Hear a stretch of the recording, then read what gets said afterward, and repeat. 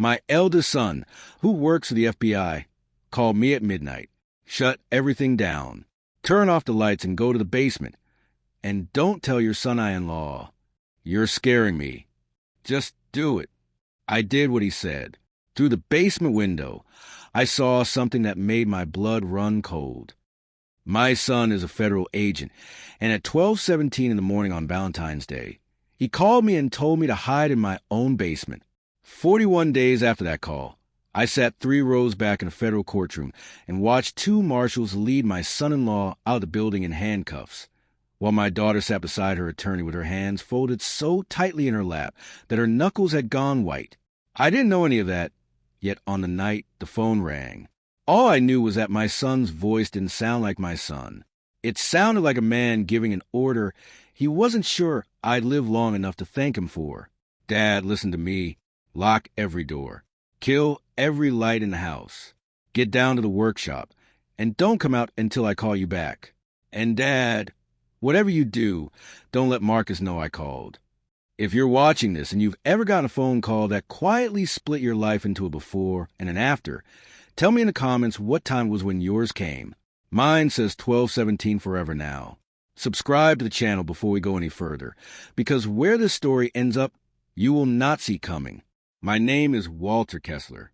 I'm 67 years old, and for 38 years I worked as a fire investigator for the city of Philadelphia, the man they called in after the smoke cleared to figure out where a fire started and why it did what it did. I retired 2 years ago with a pension, a bad knee, and more opinions about smoke detectors than any dinner guest has ever wanted to hear. I spent almost 4 decades believing the worst thing that could happen to a family lived inside a burning building. I was wrong. The worst thing can move into your guest room, eat dinner across the table from you, and call you Dad while it goes through your files. Let me back up. My wife, Diane, died 6 years ago in the bed we'd shared for 31 years. Heart, sudden, no long goodbye. The kind of ending I used to tell grieving families was actually a mercy back before it happened to me, and I learned how hollow that sounds from the other side of it. After Diane passed, the house in Mount Airy got quiet in a way that never fully lifted. I had my workshop in the basement. 27 clocks I'd restored over 15 years. They're ticking, the only thing that made the silence feel like company instead of an absence. There was one piece I hadn't finished, though, and it had sat in my top drawer for going on 2 years by then. A 1911 railroad conductor's watch with a snapped mainspring. The kind of specialty part you can't just order overnight. I kept meaning to track one down. I kept not getting around to it. I mention it now because you should keep it in your pocket the way I kept it in that drawer. We'll come back to it. And I had my daughter, Renee. Renee was 42 the year all of this started. But in my head, she'll always also be 8 years old, sitting on the edge of my workbench with her sneakers not quite touching the floor, handing me screws one at a time and asking, "How do you know which piece goes where, Daddy?" "Patience, princess." I'd tell her, every piece has its place. You just have to slow down enough to see it. She used to fall asleep down there some nights, and I'd carry her up the stairs feeling like the luckiest man in Philadelphia. That's the daughter I keep in my chest. She's not gone from this story. She's just harder to find in it for a while. Marcus Whitfield walked into her life a little over 3 years ago. He introduced himself at a mutual friend's engagement party as a real estate consultant, which I'd later learn is a kind of phrase men like him use, because it sounds like a job without actually being one anybody could look up. He was 36 then, good-looking in a practice way, with a handshake that lasted a half-second too long, and eye contact that never flickered away first. Diane used to have a saying about men like that. The ones who never look away first are usually hiding something behind the eyes. I didn't think of that line again until it was far too late to be useful.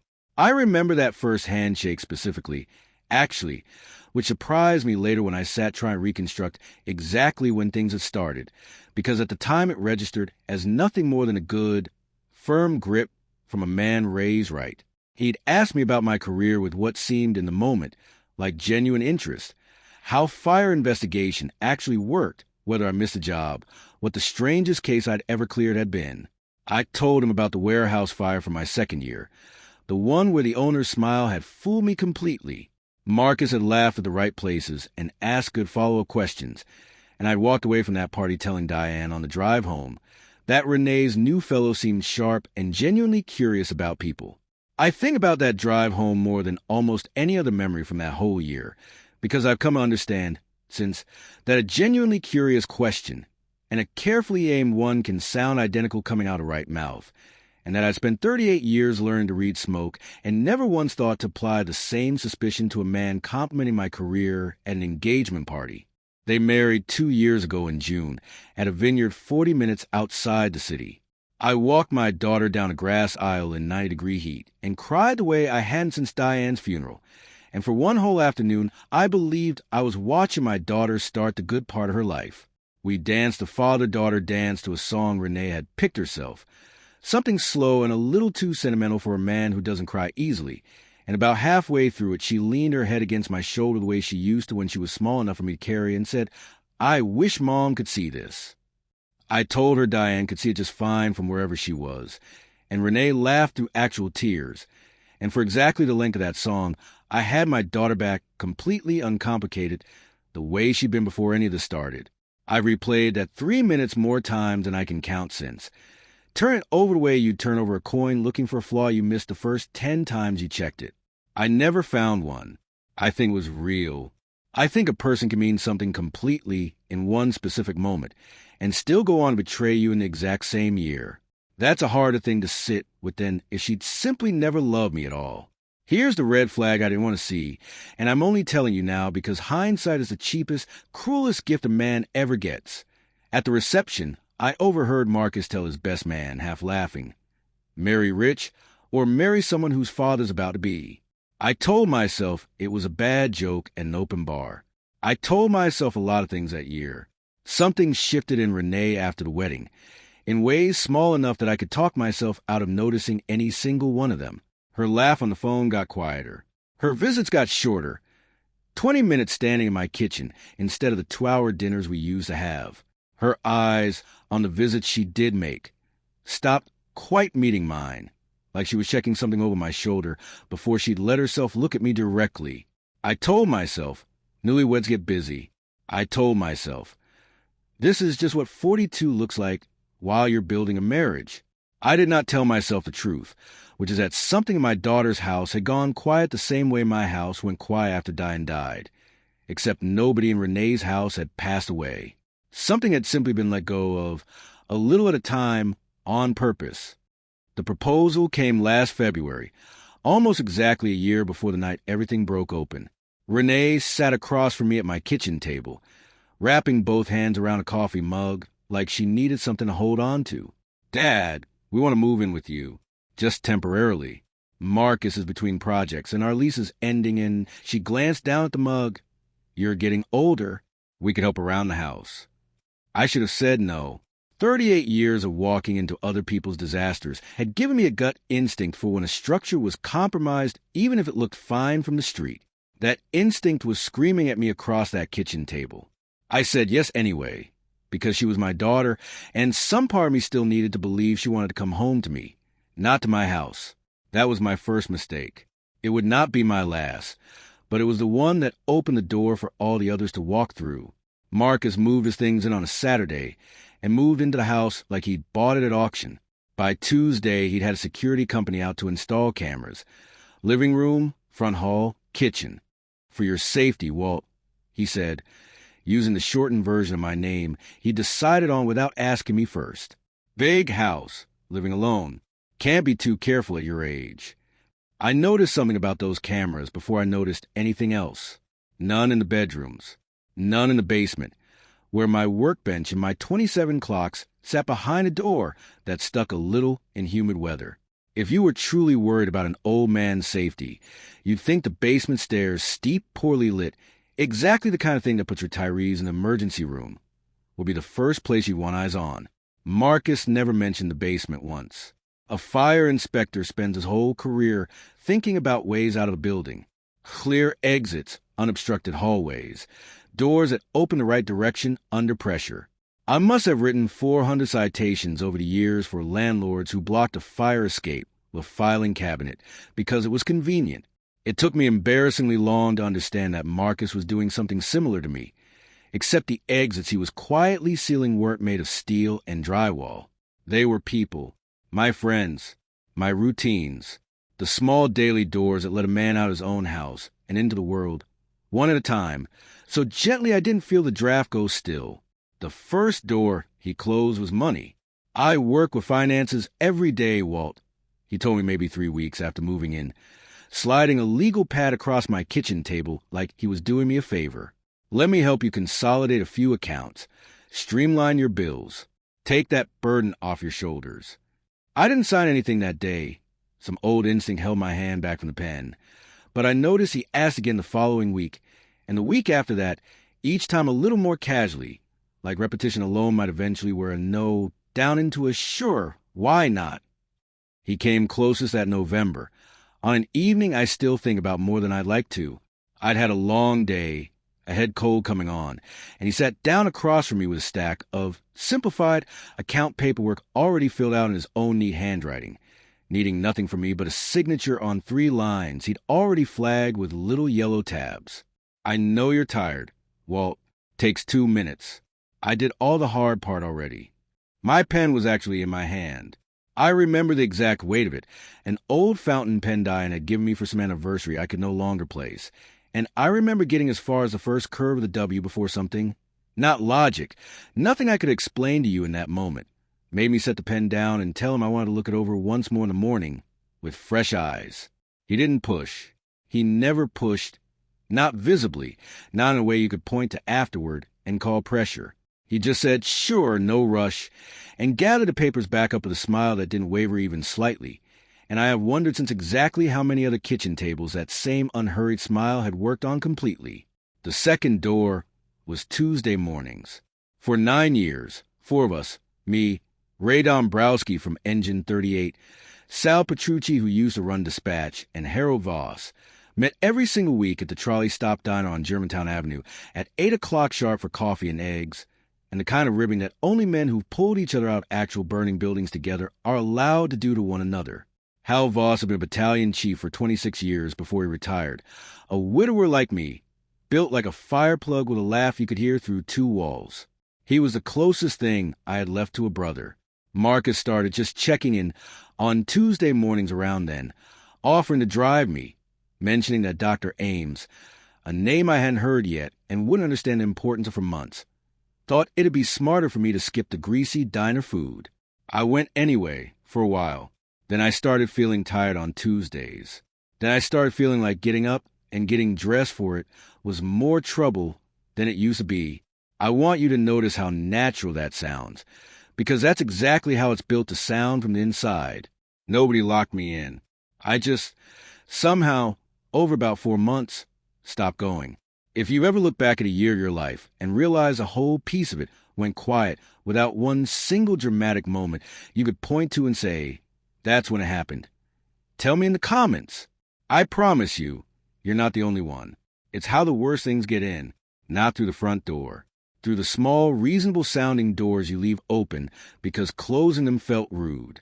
By autumn, the cameras had multiplied. Hallway, second landing, the mudroom by the back door. Upgrading the system, Marcus said, the same easy smile every time, like a man reading off a script he'd memorized so he no longer heard himself say it. My old friends called less. When they did call, Marcus was always nearby, hovering close enough to take the phone from my hand before I'd finished saying hello. Walt's resting, he'd tell them, already walking the receiver back toward its cradle. I'll have him call you back. I never did. After a few rounds of that, most of them stopped trying. The way water stops knocking against the doors decided is permanently shut. Renee went along with all of it, and this is the part that still catches in my chest more than anything Marcus ever did directly, because Marcus was a stranger who married into my family, with a plan already in his back pocket. Renee was my daughter. Dad, you need to take it easy, she'd say in the gentle, concerned voice of someone reciting lines she believed were kind. You're not as young as you used to be. Let us help. She said some version of that sentence so often over those months that I could probably still say in my sleep, word for word, if you woke me up and asked, we just want to help you, Dad. Let us help. It became their favorite tool, the two of them, and like most good tools, it did exactly what it was built to do every single time. I want to be fair to her here, even now. because I think it matters to the whole shape of the story and not just to my own conscience. Renee had her own circle once. 3 women she'd known since cosmetology school, a standing Sunday brunch, a group text I used to hear her laughing at from the next room. That circle thinned out too, over that same year, so gradually that I doubt she could have told you the exact month it happened any better than I could tell you mine. Marcus had opinions about which of her friends were bad influences or always asking her for money. Reasonable-sounding opinions, delivered one at a time, until Renee's Sundays belonged to nobody but him. I didn't understand until much later that isolating me and isolating her might have been the same project, run in parallel, and that some nights she might have been every bit as lonely inside that marriage as I was inside my own house. That doesn't excuse a single thing she did to me. I want to be completely clear about that. But I've stopped believing the story of what happened to our family only has one victim in it. And I think that's an important, uncomfortable thing to sit with if you're watching this and recognizing any piece of your own family in it. My son, Gordon, was the one person who never stopped trying to pry a door back open. He'd show up unannounced on Saturday mornings, before Marcus and Renee were even awake, just to sit with me over coffee for 20 minutes before he had to be somewhere. He sent texts I sometimes didn't see until Marcus had already read and deleted them, something I only pieced together much later. Once, at a family dinner Marcus and Renee had clearly hoped to keep short, Gordon simply refused to leave when the hints started dropping. Staying 2 full hours past when Marcus had begun glancing at his watch, asking me question after ordinary question about the fire department, about my old cases, about nothing in particular at all, except I understood, looking back, that he'd been running his own quiet assessment the entire time, checking my memory, my sharpness, my mood, cataloging every small thing that didn't add up, yet into a case he couldn't tell any of us he was already building. Gordon is 44. And he'd worked financial crimes for the FBI's Philadelphia field office for 11 years by then, sharp, methodical, the kind of federal agent who reads a spreadsheet the way other men read a thriller novel. He called one evening in January, wanted to come by that weekend. Marcus answered my phone before I'd even heard it ring twice. Gordon? Oh, Walt's already asleep, buddy. Doctor's orders, early bedtime these days. I'll have him call you back tomorrow. I wasn't asleep. I was sitting 10 feet away in my own recliner, watching my son-in-law lie to my son through a set of very white, very practiced teeth, and I said nothing, because some cowardly, tired part of me had already decided it was easier to let the lie stand than to fight about it that night. After he hung up, I asked, quiet, testing the water, why didn't you let me talk to him? You need your rest, Walt. Gordon works crazy hours as it is. No sense in dragging you into his FBI stress on top of everything. Marcus didn't even look up from his phone when he said it. He's my son. And you got enough on your plate managing your health, Renee said from the kitchen doorway. Not looking up either. Marcus is right. You don't need Gordon's work drama in your life right now. I let it go that night. The same way I'd let 100 small things go by then, but it sat wrong with me longer than most of the others had. Gordon had never once, in 44 years, needed anyone's permission to talk to his own father, and some part of me understood, even then, underneath whatever excuse I was making for it, that a house where you need somebody else's approval to speak to your own son on the phone has already stopped being entirely yours. I didn't call it that yet, not out loud, not even inside my own head. I just noticed it. File away the way you file away a smell of smoke you can't yet locate the source of, and went to bed telling myself I was probably imagining things. There was the mail, too, now that I look back on it with clearer eyes than I had at the time. I'd always gotten a quarterly bulletin from my old firehouse union, an AARP fraud alert newsletter every few months, the occasional card from Diane's sister up in Scranton. Sometime that autumn, all of it simply stopped showing up. I mentioned it once at dinner, mostly just making conversation the way you mentioned any small domestic annoyance. Huh, Marcus said, barely glancing up from his plate. Mailbox lock's probably worn out. I'll call somebody about it this week. Nobody ever came. I asked about it exactly once more and got the same easy answer, delivered with the same easy smile.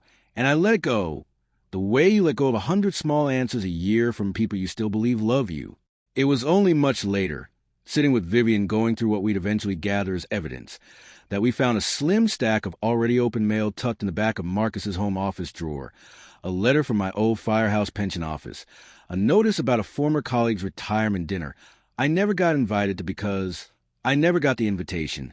And, almost too fitting to believe, an actual elder fraud awareness pamphlet my own bank had mailed me directly, one I never got the chance to read before somebody else quietly decided, on my behalf, that I didn't need to. That was the night I started keeping score. 38 years of walking into structure fires teaches you to read a pattern the way other people read a sentence, where the char marks run, which way the smoke stained the ceiling. What that tells you about where the thing actually started versus where somebody wants you to believe it started. And none of this, the cameras with their careful blind spots, the money talk, the isolation dressed up as concern, none of it fit the shape of two people who loved me and were simply, awkwardly, trying to help an aging father. I didn't say any of that out loud, not one word of it. I played my part instead, the grateful old man, a little slower than he used to be, thankful for the company. Because the 38 years of fire investigation teaches you anything else, it's this. You do not run into a burning building blind. You stand back first. You watch carefully where the smoke is actually coming from. Then, and only then, do you go in. I want to tell you honestly that playing that part cost me something. Some nights more than others. There was one evening that December, alone in my workshop long after Marcus and Renee had gone to bed, when the weight of pretending not to notice my own life being dismantled around me got heavier than I quite knew what to do with. I sat at my workbench with an unfinished clock in front of me and my hands too unsteady to actually work on it. And I thought, more seriously than I'd admit to almost anyone, about just letting them have it. The house, the money, whatever was left of the fight in me. It would have been so much easier, some nights, to simply stop noticing the smoke and let the thing burn. What kept me at that workbench instead was Diane's voice, or my memory's best approximation of it, the one that used to tell me, back when I was young and hot-headed and ready to run into buildings other men had the sense to wait outside of, you don't get to decide it's too hard just because it's hard, Walter. You decide what you're willing to lose. Those are two very different decisions. I sat with that a long while, and by the time I finally went to bed, I decided I wasn't willing to lose this. Not without finding out exactly where the fire had started first. I had no idea yet how much smoke there actually was, or how close the fire had already gotten to the parts of my life I couldn't afford to lose. The night everything changed was Valentine's Day. The clock on my nightstand, a wind-up baby Ben I've had since the Ford administration, read 12:17 when my phone lit up on the charger. Marcus and Renee were asleep down the hall, or so I believed. I grabbed the phone before it could ring twice and saw Gordon's name on the screen. Hello, Dad. Listen to me. His voice was flat and fast, nothing like the son who usually opens with a joke about the Eagles. Lock every door and window in the house right now. Turn off every light. Then go down to the workshop and don't come out. And Dad, don't tell Marcus I called. Don't tell anyone. My heart was already going. Gordon, you're scaring me. I know. Just do it. Please. Trust me. The line went dead. I sat there a moment with the phone still warm against my ear, in a house that had stopped feeling entirely like mine sometime in the last year, without my noticing the exact day it happened. Gordon does not call at 12:17 in the morning to play games. Something was wrong. I'll admit to you now, I very nearly flipped the hallway light on any way out of pure old man stubbornness, just to prove to myself nothing in my own home got to tell me what to do. I didn't. After everything that year had already taken from me, my son's voice was the one thing I still trusted completely, and I wasn't about to spend that trust proving a point to nobody. I moved through the house like a man who'd already learned to apologize for taking up space in it. Front door, locked. Back door, locked.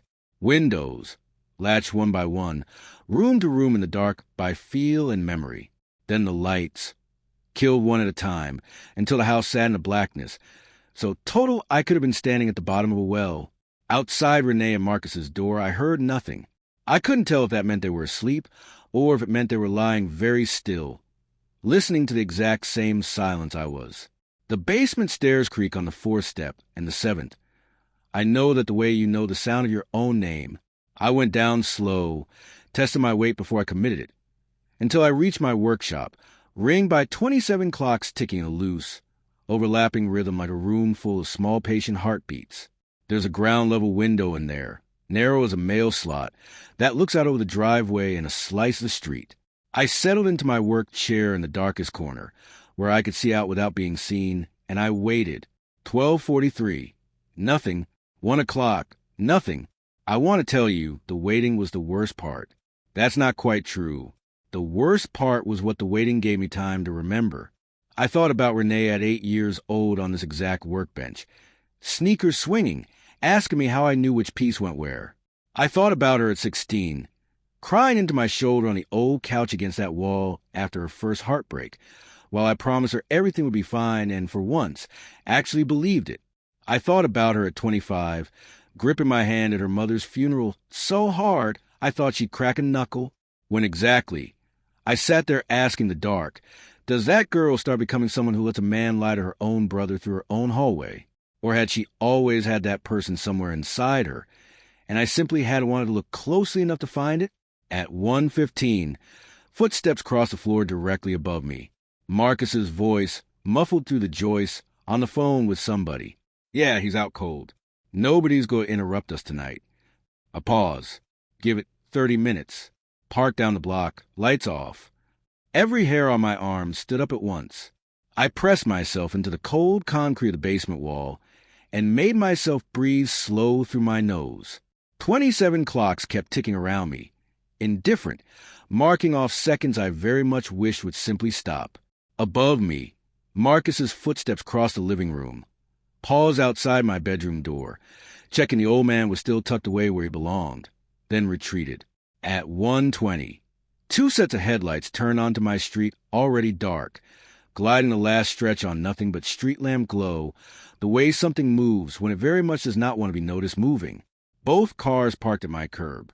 3 men climbed out, dressed in dark clothes, faces I couldn't make out from that angle no matter how I leaned toward the glass. Marcus opened my front door before a single one of them had to knock. My front door, my home, where I had raised 2 children, and buried a wife and spent 38 years walking back into other people's worst nights to tell them, calmly, what had happened and why. And now 3 strangers walked through it like somebody had handed them a key. I couldn't hear a word of what happened above me after that, just the occasional shift of shadow across the living room curtain, footsteps moving deeper into the house, toward my study, toward my safe, my hands curled into fists in my lap, without my telling them to. The safe. That's what this was. But how did anyone besides me know that combination? Then I remembered. Last spring, not long after they'd moved in, Renee had asked me for it. Dad, what if something happens and we need the important documents in a hurry? So reasonable. So much like a daughter thinking ahead for her aging father. I'd given her 6 numbers I'd used for 20 years, the month and day Diane and I got married, and never thought about it again until that exact moment in the dark, understanding all at once that I had handed my own daughter the key to everything I owned, and she had carried it straight down the hall to a man I never should have let hold a house key, let alone a combination. The weight after that had no bottom to it. My back locked up. My legs went stiff and useless underneath me. I did not move, because if they knew I was down there, if they so much as suspected I'd seen any of this, I genuinely did not know what would happen next, and for the first time since Diane's funeral, I let myself sit with exactly how frightened that made me. I thought, oddly, about a warehouse fire from my 2nd year on the job, a scene I'd cleared even though my gut told me something was wrong with it, because the owner had shaken my hand, looked me dead in the eye, and smiled the whole time he lied to me. I remember exactly what he'd said, standing in the parking lot while the last of the smoke cleared. Terrible thing, Walter. Just terrible. I built this place with my own 2 hands. His voice hadn't shaken once. His eyes hadn't left mine once.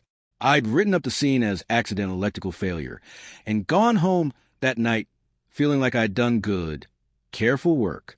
2 weeks later, that warehouse burned to studs of the insurance money, an accelerant pattern so obvious in hindsight that my supervisor asked me, not unkindly, how exactly I'd missed it the first time around.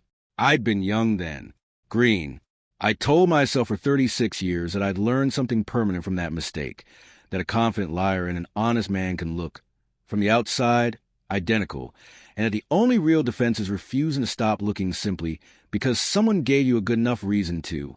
Sitting in my own basement, watching strangers walk through my house, I understood I clearly hadn't learned it well enough. At 1:47, they came back out. One man carried a thick manila envelope. Marcus held something smaller. Words passed at the door, too quiet to catch, and then one of the strangers handed Marcus a plain white envelope in return. Payment, instructions, proof of exactly how far my son-in-law was willing to go. I couldn't tell which, and in that moment it didn't matter.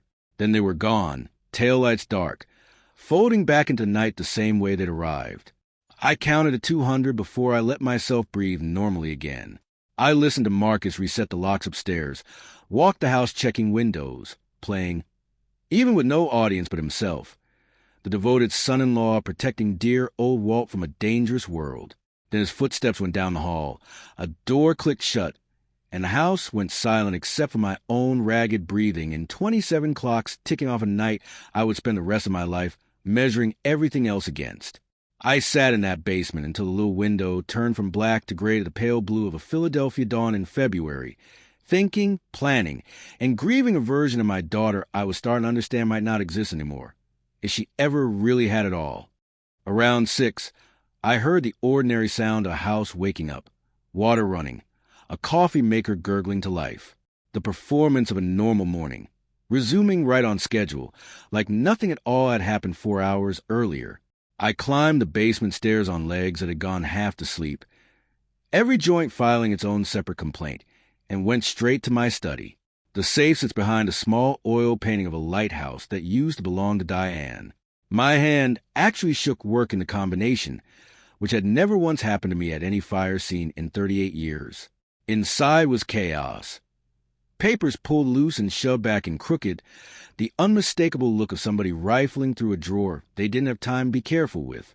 The deed to the house, my will, several of my financial statements, all the originals, gone. Dad, you're up early. I nearly came out of my skin. Renee stood in the study doorway in her bathrobe, coffee mug in hand, wearing a concerned daughter face. She'd gotten so good at wearing that I sometimes wondered if she practiced it in the mirror. I closed the safe door on instinct before I'd even decided to. Couldn't sleep. I managed. Thought I'd look over some paperwork. At 6 in the morning, she stepped closer. I felt my whole body angle itself, without my permission, to block her view of the safe. Everything okay? Fine. Just restless. You should get some rest yourself. That phrase again, tossed right back at her like a boomerang neither of us fully understood, was mine now. Marcus is making breakfast, she said instead. Come eat something. I followed her to the kitchen and played my role, because 38 years of investigating other people's disasters had taught me one thing better than anything else. You never let the person who set the fire know you can already smell the smoke. Marcus stood at the stove in a t-shirt and flannel pants, flipping pancakes with the easy confidence of a man who has never once doubted his own charm. Morning, Walt. Sleep okay? Like a baby, I lied, accepting a plate I had absolutely no intention of eating. You look a little pale, Dad, Renee said, studying me over a coffee with what I might have mistaken, on any other morning, for genuine concern. Maybe we should get you in to see somebody. Marcus mentioned a specialist he knows, Dr. Ames, does a lot of work with folks your age. I've got a perfectly good doctor already. Sure, Marcus said, sliding a plate of pancakes onto the table like the matter was already settled in his own head. Never hurts to get a second opinion, though, especially at your age. I said nothing and forked a piece of pancake I had no intention of swallowing and filed the name away. Ames! The same careful way I used to file away an accelerant residue at a scene I wasn't yet ready to call arson out loud. They talked over breakfast about their day. Renee had appointments booked back-to-back at the salon. Marcus had client meetings, which I now understood almost certainly meant other families somewhere in the city who hadn't yet realized what had walked into their lives wearing a nice watch and a real estate consultant smile. It was all so unbearably ordinary. Pancakes and small talk, as if they hadn't spent the small hours of the morning letting strangers into my study to go for the contents of my safe. I watched them the way I used to watch a scene before I touched anything. Really watched the way you're trained to when you know the story somebody's about to tell you isn't the whole story. The way Marcus's eyes flicked toward Renee every time I spoke, checking something. The way she touched his forearm, a small silent signal passing between them like Morse code I was only now learning to read. They weren't a husband and wife having breakfast with her father. They were a team, and I had just become their assignment. The moment they left for the day, Renee's little sedan, then Marcus's car a few minutes behind her, I picked up my phone with fingers that hadn't fully stopped shaking and called my son. He answered on the first ring. Dad, you okay? I need you to tell me exactly what's happening, Gordon. Right now. Silence on the line for a beat longer than I liked. You saw them, didn't you? Last night. 3 men. They took documents out of my safe. Marcus let them in the front door like he was expecting them. What is going on? Gordon exhaled slowly, the sound of a man deciding how much of a wall he was allowed to knock down. Dad, the Bureau's been running an investigation for about 10 months into a document forgery operation. Fake deeds, stolen identities, elderly homeowners across 4 states. It's a big one, and Marcus Whitfield's name is all over it. The room actually tilted. I sat down hard in my own kitchen chair. Last night we had intelligence that he was meeting with 2 of our subjects, a Grant Ashby and a Colin Mercer. I couldn't get a warrant fast enough to move on it in time, and I can't officially touch anything involving you, because you're my father. That's an automatic conflict of interest. They'd throw any evidence I personally gathered right out of consideration. But I wasn't about to let you walk into that house blind and not say anything. So you warned me instead. I warned you. A pause, and when he spoke again his voice had dropped, gone quieter and more careful. Dad, you need to be very careful from here on out. Document what you can. Don't let them know you suspect anything. I'll help you any way I can that isn't official, but this next part, it has to be your fight. Can you do that? Could I? I was 67 years old, exhausted down to the marrow, betrayed by my own daughter, robbed inside my own house while I hid in my own basement like a man waiting out a storm. But I had also spent 38 years walking into buildings other people were running out of. Yeah, I said finally. Yeah, I can do that. Good. A breath. And Dad, I'm sorry. About Renee. I know this has to be tearing you apart. It was. But I couldn't afford to fall apart yet. I had work to do. And for the first time in almost a year, I understood exactly what kind of work was going to be. I became a different man over the following days. Not overnight. That's not how it actually works, whatever the movies tell you. But that phone call with Gordon flipped something deep in me back on. The frightened old man who'd hidden in his own basement was gone. In his place was someone who'd spent decades walking into structures other people were fleeing, and who understood, better than most, that fires follow patterns if you're patient enough to watch for them. So I watched. Marcus left most mornings around 9 for his client meetings. Every Wednesday, without fail, he spent 2 hours in my study with the door shut, making calls I couldn't quite make out through the wood.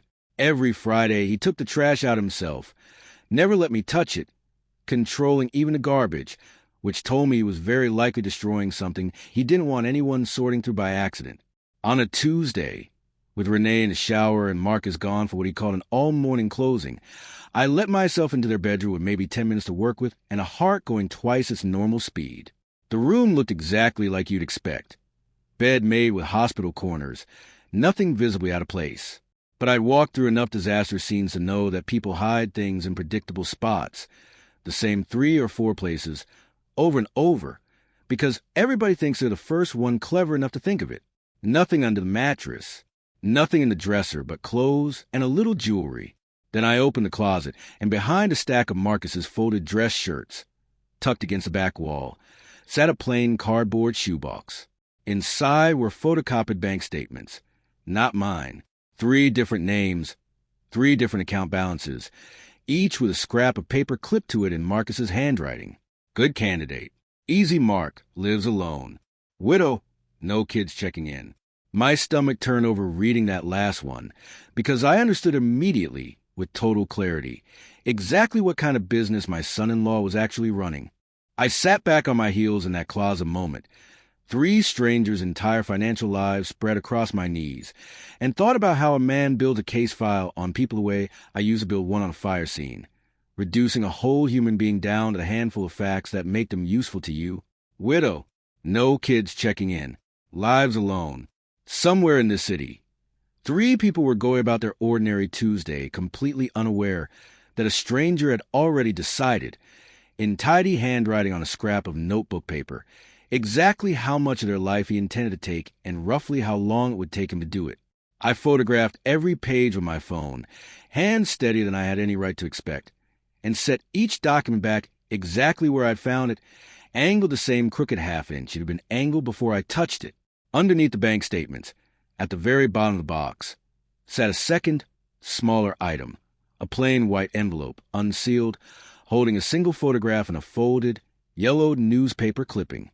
The photo showed a boy of maybe 14 standing in front of a small storefront. Hardware or appliances, hard to tell from the faded color. A sign in the window read foreclosed. Everything must go. The boy wasn't smiling. He had Marcus's exact jaw. I didn't understand what I was looking at. Not really. Not then. I only knew the way you know a smoke smell is coming from somewhere specific even before you find the source, that it mattered. I photographed it too, out of pure old habit. You document everything at a scene, whether or not you yet know which piece is the one that matters. Slid it back into its envelope, and closed the closet exactly the way I found it 3 minutes before I heard the shower shut off down the hall. That night, alone in my workshop with the door locked, I went through the photos on my phone one at a time, matching names to nothing in particular, just trying to understand the shape of what I'd found. The third name stopped me cold. Harold Voss. My hell. 26 years a battalion chief, my closest friend left on this earth, a man I had personally introduced to Marcus a year and a half ago at a summer cookout in my own backyard, because I had mentioned wanting help thinking through retirement accounts, and I'd said, proudly, foolishly, my son-in-law's in real estate finance. He'd be happy to sit down with you. I sat there in my workshop with 27 clocks ticking around me and felt something go through my chest that had nothing to do with fear and everything to do with shame. This wasn't just betrayal anymore.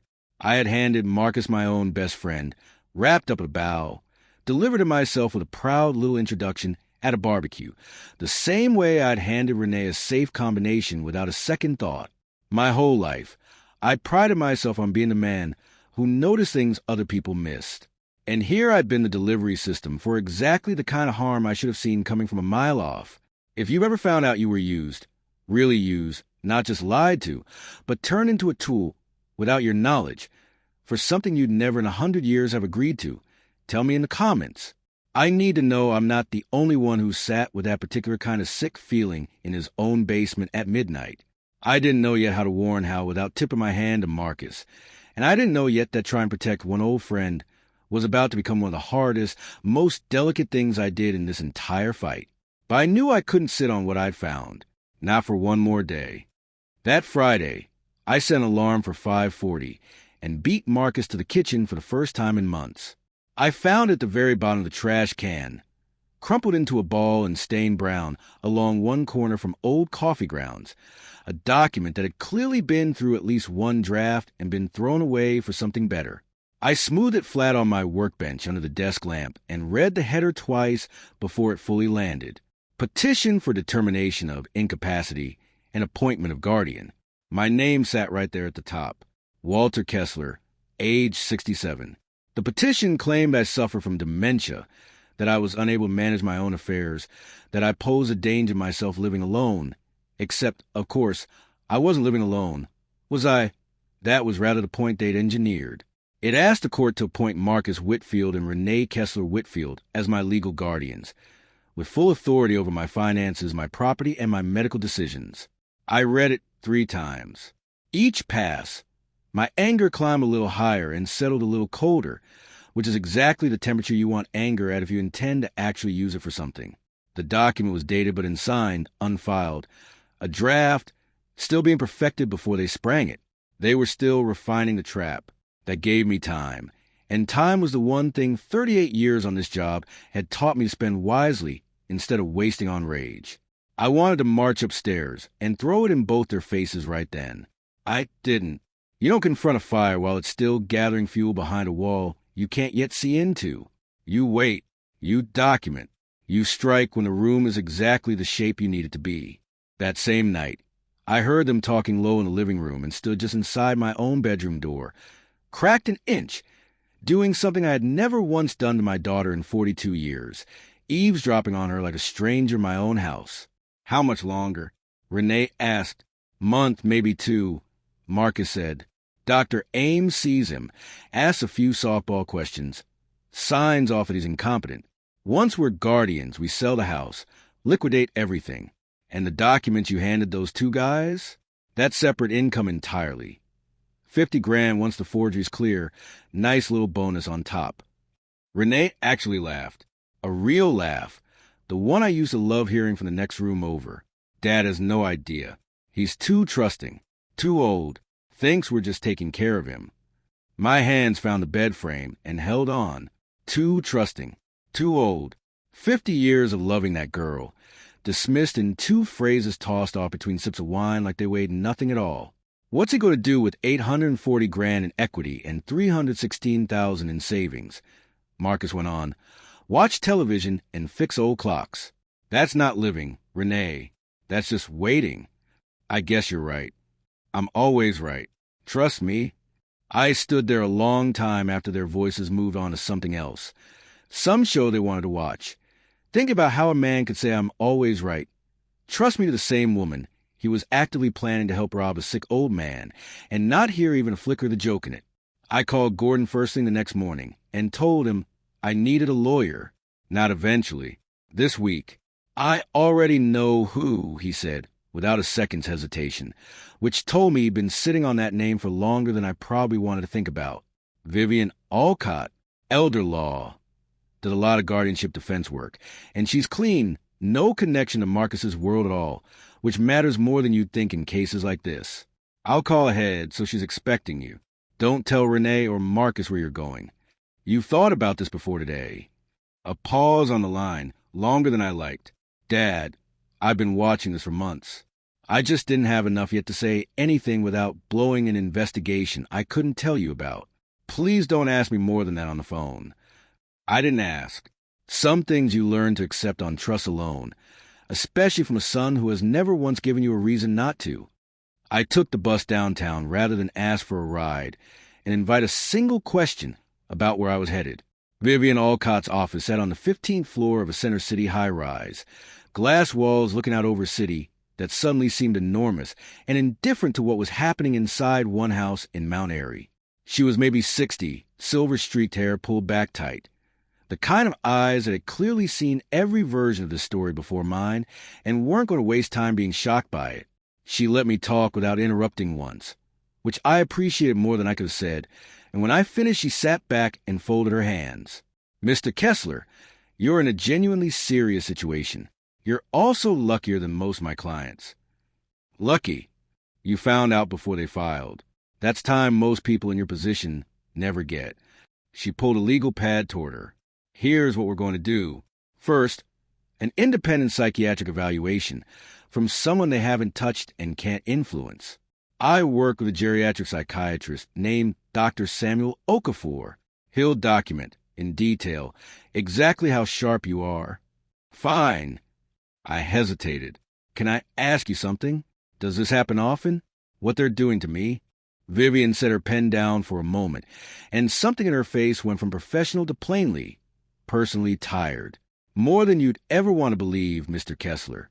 I've handled cases where it was a child, cases where it was a caregiver hired off an app, one memorable case where it was the man's own church deacon. The pattern's almost always identical. Isolate first, control the money second, and use the person's own good faith as the entry point every single time. The only real variable is whether somebody catches it in time to matter. You did.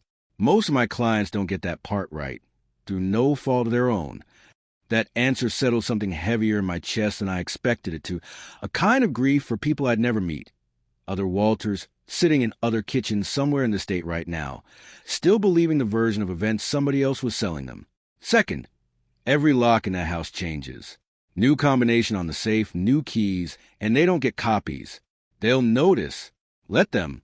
By the time they understand what's happening, it'll already be too late to stop it. Third, she went on, we draft new documents, a will that gives Renee exactly what Pennsylvania law requires, and not $1 more, a revocation of any power of attorney. They might try to claim you granted, a living trust to protect what's left, and a preliminary injunction requiring your explicit in-person sign-off before anyone touches your accounts. I felt something loosen in my chest for the first time in almost a year. It felt absurdly like hope. One more thing, Vivian said. I need you to gather evidence. Record them if you safely can. Pennsylvania is a two-party consent state for phone calls, but there's real flexibility for recordings made inside your own home, in common areas, where the people being recorded don't have a reasonable expectation of privacy, especially when you yourself are part of the room. If you got a way to do that discreetly, do it. I thought immediately of the mantel clock in my living room, an 1890-something piece with a hollow brass base I'd never fully explained to anyone, restored so carefully you'd never guess there was room inside it for anything but gears. I can do that, I said. Good. She made a note. Get me everything. Dates, times, exact words if you can manage it. The more precise, the harder this is for them to explain away later. I left her office feeling, for the first time since Valentine's Day, like a man holding tools instead of just wounds. Dr. Okafor's office looked nothing like I expected. No sterile walls, no uncomfortable plastic chairs.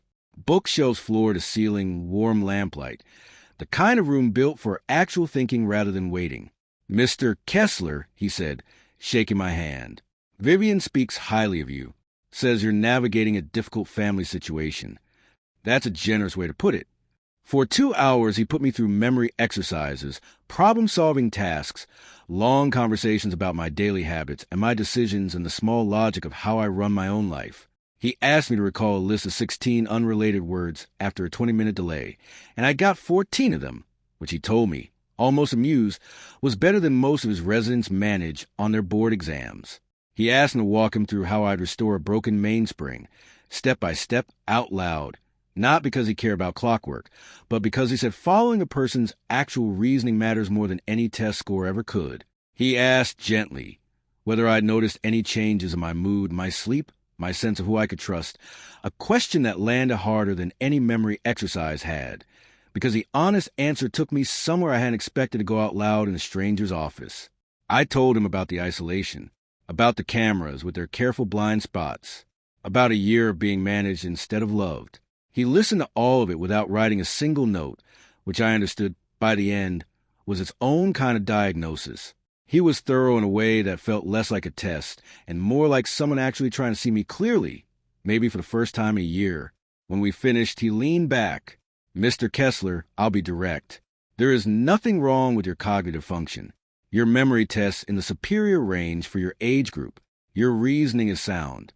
If someone is attempting to have you declared incompetent, they are either mistaken or they are lying, and I have a fairly strong suspicion which one it is. I suspect you do too, I said. He typed the report up right there, printed it, signed it in blue ink. This should stop them cold if they try to move forward. Call me if you need testimony. I mean that. The locksmith came 2 days later, a broad, unhurried man named Dwayne who worked with the kind of quiet efficiency I recognized from 38 years around tradesmen who actually knew what they were doing. Kicking out some freeloaders? He asked, halfway through installing the second deadbolt. Something like that. Smart. Never let people take advantage, family or not. He tightened the last screw and tested the bolt twice, especially if it's family. They're the ones who know exactly where all your soft spots are. By the time he left, every lock in the house was new, and the safe wore a combination that existed nowhere but in my head and a sealed envelope in Vivian's file cabinet. I walked the house afterward, testing each door, and for the first time in almost a year, I felt something like ownership settle back into my chest. They could go on living there for now. They didn't control it anymore. Vivian worked fast. Within the week, she'd assembled a stack of documents 6 inches thick, a new giving Renee precisely what Pennsylvania law required, and not a cent more, a full revocation of any prior authority, a living trust wrapped around everything that mattered, and a preliminary injunction locking every account behind my own signature, given in person every single time. Sign here. Initial here. Here. She walked yellow tabs down the stack one by one. My hand didn't shake once, which surprised me. It's a strange kind of calm, cutting your own daughter out an inheritance. But then, she'd cut me out of something far larger first. I was only making it official. One more thing, I told her, I want to file a report with Adult Protective Services. I want a paper trail, in case they try anything else. Vivian nodded like she'd been waiting for me to say it. That's exactly right. If they come after you with harassment or false accusations down the road, we'll have documentation showing the actual pattern here. The word landed strange in my chest.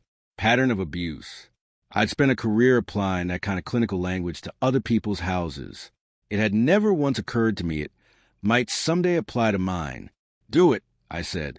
The recording device was smaller than a deck of cards, and it fit inside the hollow base of my 1897 mantel clock, like it had been built for exactly that purpose. I activated it one evening while Marcus and Renee sat in the living room with the television on, and I went down to my workshop and waited, telling myself not to expect much. They didn't disappoint me. We should file next month, Marcus said, scrolling his phone, barely looking up. I already talked to Ames.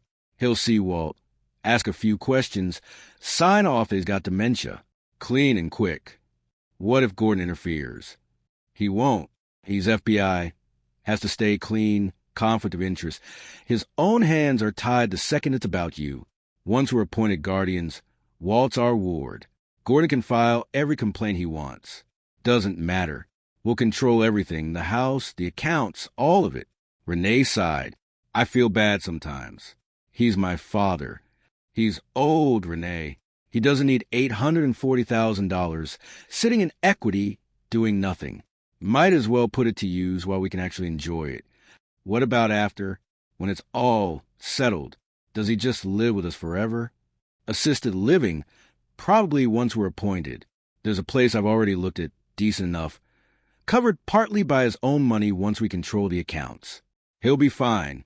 People adjust. A pause, the sound of ice in a glass. It's not like we're hurting him, Renee. We're just moving things along a little faster than nature would have gotten around to it anyway. I guess you're right. I'm always right. Trust me. There was again the same line, word for word, like a groove worn into a record. I listened to that recording 5 separate times that night, and each pass my jaw set a little tighter and my resolve a little harder. They thought I was weak, senile, an easy mark waiting patiently to be relieved of his own life. They were about to find out exactly how wrong that math was. Somewhere in that same conversation, near the end, I caught one more line that turned my stomach even further. Marcus mentioning, almost as an aside, that the Voss thing should close out by spring, once the paperwork's ready. How? Still on the list. Still a name in a shoebox to them. Not a person who'd carried me out of a house fire on Worcester Street 20 years ago, because I'd gone in one time too many, without waiting for backup. I understood then that whatever came next, this wasn't only my fight to finish anymore. They noticed the bank first. Renee came home one afternoon flushed with frustration. Dad, there's something wrong with our account. The bank says they need you in person to authorize anything. I looked up from my newspaper like a man mildly annoyed by modern bureaucracy. Must be a security flag. Identity theft's everywhere these days. I need to transfer money for the salon lease. I'll go with you sometime this week. I never did, of course, let her sit in that branch and hear, from a stranger behind a desk, that Walter Kessler had personally restricted every account, and that only Walter Kessler could change that. Let her feel one small sliver of the helplessness she and her husband had been quietly feeding me for the better part of a year. Marcus tried the doctor's office next, angling to get Dr. Ames onto my calendar under the guise of a wellness check-in. My actual physician, Dr. Alan Reyes, had already been fully briefed by Vivian's office, and his staff informed Marcus, politely and immovably, that any appointment for Mr. Kessler would need to be scheduled by Mr. Kessler himself. Dr. Reyes called me directly that same afternoon, something he'd never once done in the 15 years he'd been treating me. Walter, my office manager, flagged something odd. A man claiming to be your son-in-law. pushing hard to get you seen by an outside specialist for a competency evaluation. I wanted to hear from you directly that everything's all right before I did anything on my end. I told him carefully that everything was being handled and that I'd explain fully once it was safe to. "I've been your doctor a long time," he said, before we hung up. "You've never once struck me as a man anybody needed to evaluate for anything. Whatever's going on, you call me first." Not him. I believed him, and it turned out later that belief had been well placed. Dr. Reyes was the one who eventually testified, unprompted, to the guardianship court that in 15 years of regular checkups he'd never observed so much as a flicker of the cognitive decline the petition claimed to be built around. I watched the frustration build in both of them over the following week, like pressure behind a door that won't quite latch. They couldn't touch the money. They couldn't touch the medical angle. One evening I came home from an afternoon walk to find them arguing in low, clipped voices in the living room, and I paused on the porch steps a moment before opening the door, close enough to catch the tail end of it through the screen. "Told you we should have moved faster," Renee was saying, an edge in her voice I'd rarely heard her use with him. "Now the accounts are locked, and Ames can't even get in the door. It's a hiccup, that's all. Old men forget they set up security flags. We wait him out. He'll forget this too, same as everything else." What if he doesn't forget? What if this is different? "Renee," his voice dropped, flat and final, the tone of a man used to being the last word in every room he stood in. "It's not different. Trust me." I opened the door before either of them could say anything further. "Everything all right?" I asked, all innocence. "Fine," Marcus said, jaw tight enough that the word came out almost sideways. "Just fine." It wasn't. I could see it in the muscle working along his jaw, in the way Renee's hands had gone still in her lap. They were losing their grip on something, and they knew it, even if they couldn't yet name exactly what had slipped.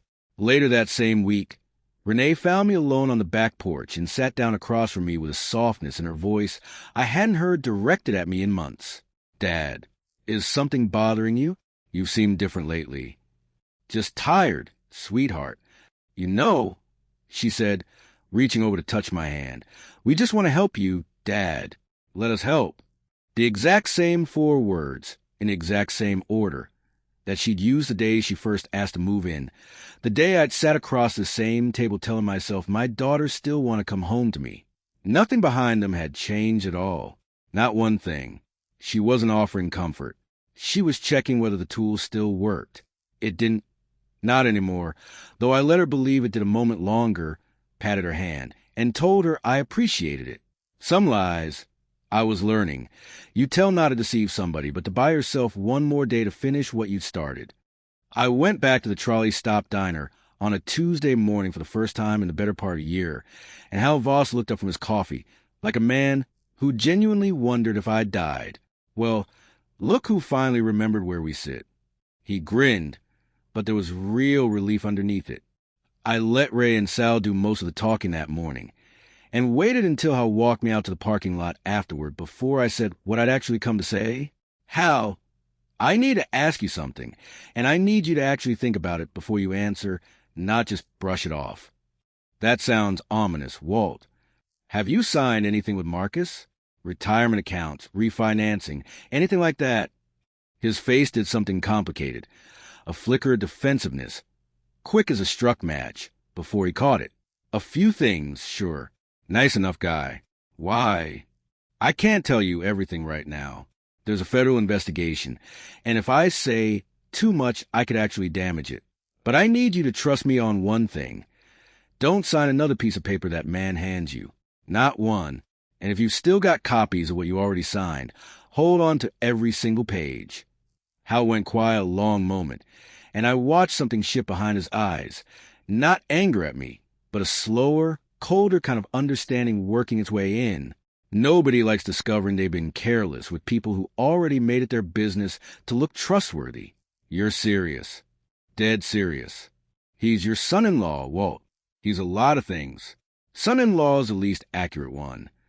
I told him then, as much as I safely could, enough for him to understand the shape of the danger without compromising Gordon's case. Hal's jaw worked the same way Marcus's had that week on my porch, except Hal's anger, unlike Marcus's, was pointed in the right direction. "I've still got the folder at home," he said finally. "Every page. I'll bring it to you tomorrow. Bring it to my lawyer instead. I'll give you the address."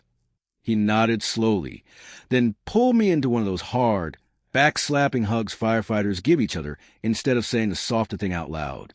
20 years since Worcester Street, and you're still pulling me out of buildings I didn't know were on fire. That's what friends are for, Hal. I drove home that morning with something steadier in my chest than I'd felt in months. Whatever else Marcus and Renee had taken from me, they hadn't managed to take that. Worcester Street was a row house fire. The winter I turned 47. 3 stories of balloon frame construction that went up faster than any of us expected because nobody had told the department about an illegal renovation that had stripped half the fire stops out of the walls. I went back in for a second sweep after we'd already been ordered out, because a neighbor swore a family was still on the 3rd floor, and the truth is I didn't wait for confirmation before I went, which is exactly the kind of decision that gets men killed and occasionally, if you're lucky instead of right, get someone pulled out alive instead. The floor gave out from under me on the way back down. Hal was the one who got a line around my chest and hauled me out through a window before the whole stairwell came down where I'd been standing 4 seconds earlier. There was no family on the 3rd floor. As it turned out, bad information. An evacuated apartment somebody forgot to update on the board. I nearly died confirming an empty room. Hal never once let me live down how reckless that was. And he also never once let anyone else talk about it without pointing out pointedly that, reckless or not, he'd go back in after me the exact same way tomorrow if it came to it. That's the particular kind of loyalty you get from a man who has literally held the other end of your safety line in a burning building. And it's the reason finding his name typed on Marcus's target list, in that shoebox and closet, felt less like discovering a crime and more like discovering an attempted second collapse. One I'd actually gotten a chance this time to see coming before the floor gave way. Hal told Ray and Sal the following Tuesday, without asking me first, which was exactly the kind of thing Hal did, and exactly why I never held it against him. Ray Dombrowski, who I'd worked alongside for the better part of 2 decades and who does not, as a rule, express feelings out loud in any format more elaborate than a grunt, reached across the diner table and gripped my forearm hard enough to leave a mark, and said only, "Whatever you need, Walt, whatever it is." Sal Petrucci, who'd spent 30 years talking companies through the worst nights of their lives over a dispatch radio and had a calm that nothing much rattled anymore, simply started making calls of his own that same afternoon, to a cousin who did private investigation work, to a guy he knew at the DA's office from some case 20 years back, offering up whatever thread of usefulness he could find. None of it changed the legal strategy Vivian and Gordon had already built, but it changed something else, something less measurable, the sense of walking into a fight surrounded instead of walking into one alone, and after a year of Marcus and Renee slowly emptying my house of everyone who might have noticed what was happening to me, that feeling alone was worth more than I could easily put into words. 3 weeks after Valentine's Day, I walked into my own kitchen one morning and looked at both of them the way you look at a structure you've already decided is coming down. "I'm going out this morning," I said, "meeting with my attorney. Estate planning." Marcus's head came up fast. "Attorney? What for?" "At my age, it's smart to have everything in order." I kept my voice level, almost pleasant. "I know exactly what you've been meaning to talk to me about, by the way. I found your draft, the one where you have me declared incompetent." The color drained clean out of Renee's face. Marcus stood up slowly, chair scraping. "Walt, I can explain." "I'm sure you can. You're very good at explaining things." I let that sit a second. "But here's what's true. I'm not the confused old man you built your whole plan around. I'm not the easy mark you were counting on. In about 3 minutes, I'm walking out that door, and when I come back tonight, I expect you both to be gone." "You can't just kick us out," Marcus said, something sharp and cornered creeping into his voice now. "Every lock in this house has already been changed. Every account is frozen behind a signature you don't have. And you have 30 days, which is what Pennsylvania law requires, nothing more. I want you to understand something about that moment, because it would have been so easy to keep going. I had a shoebox of other people's stolen financial lives sitting in an evidence file at my attorney's office. I had my best friend's name on a target list. I could have screamed across that kitchen. I had recordings of the two of them laughing about my death, being an inconvenience they were waiting out. I chose not to use any of it right then. Not because I've forgiven either one of them. I hadn't, and I'm not sure I ever fully will. But because some things are better handed to a courtroom than thrown across a breakfast table.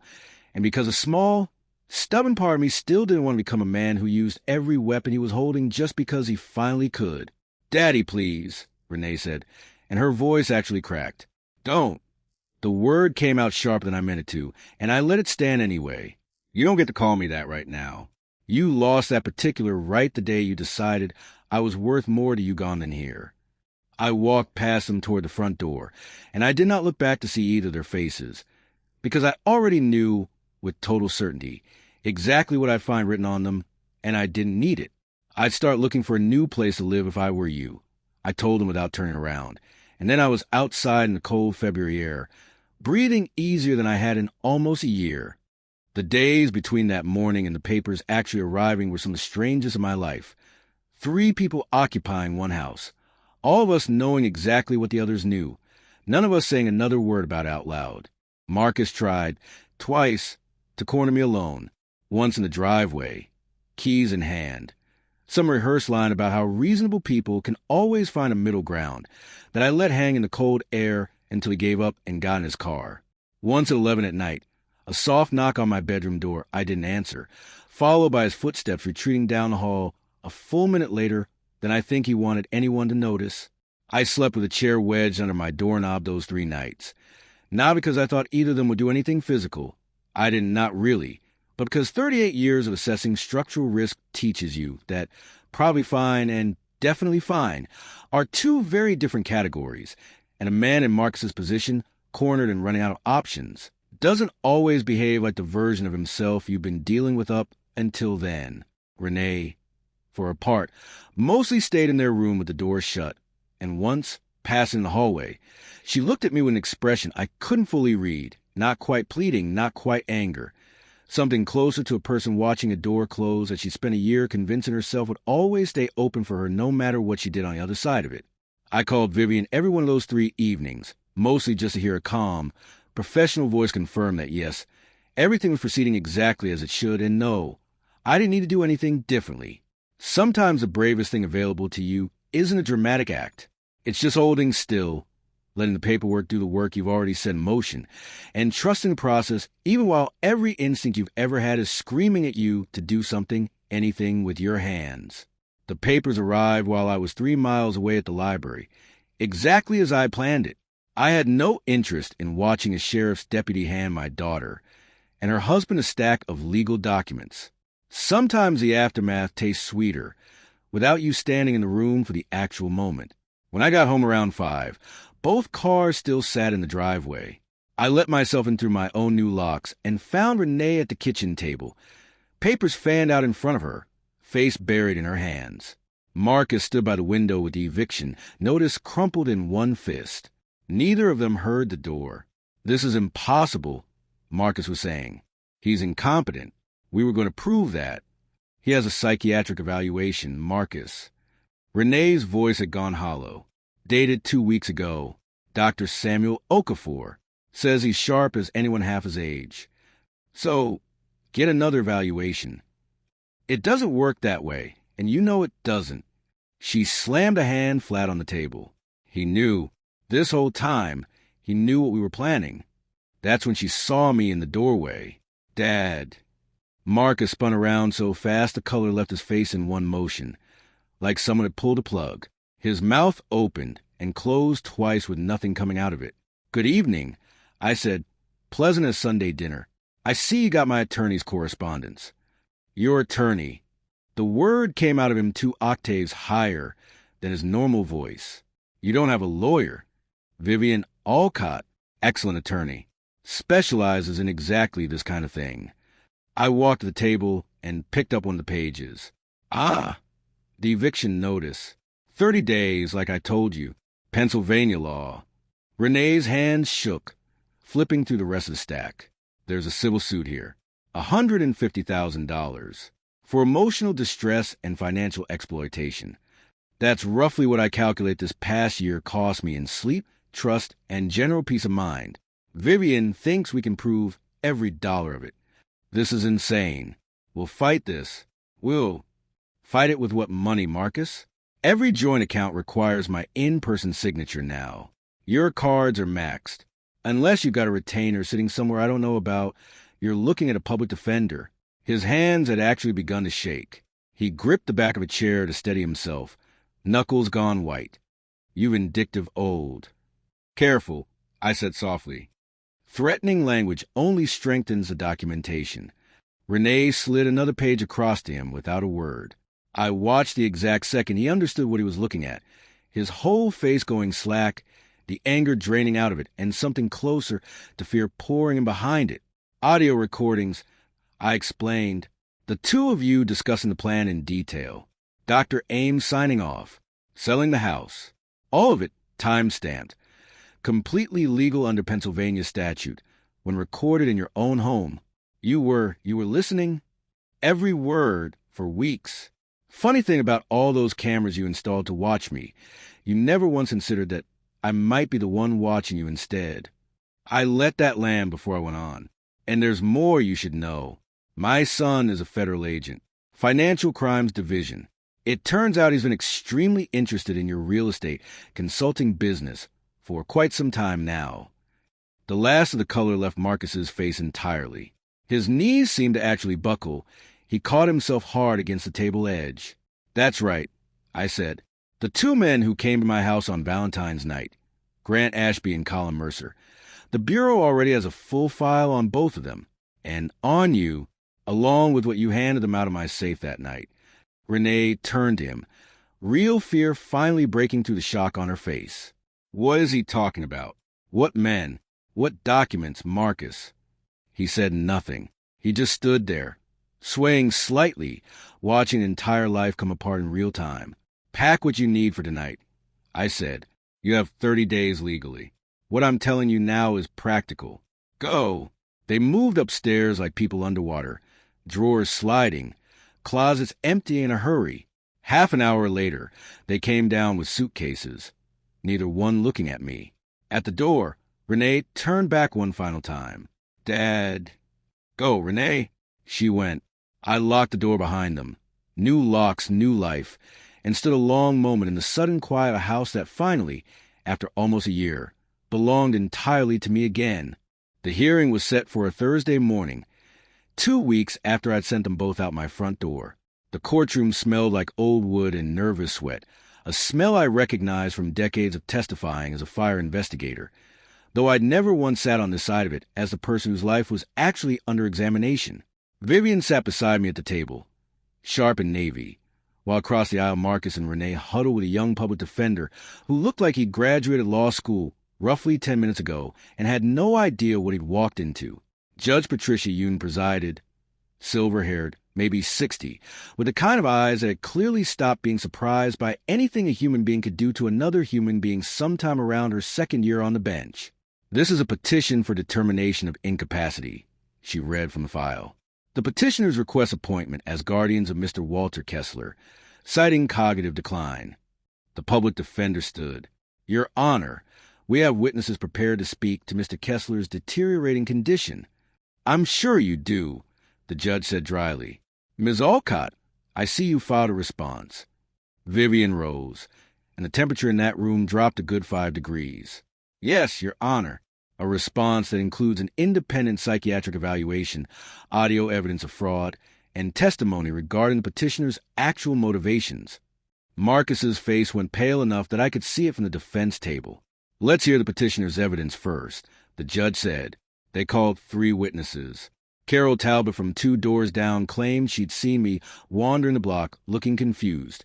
A claim built entirely on the one afternoon I'd walked the corner of my bathrobe to grab the newspaper, half asleep, same as I'd done for 15 years. Frank Doyle from a corner store said I'd forgotten how to work his credit card machine.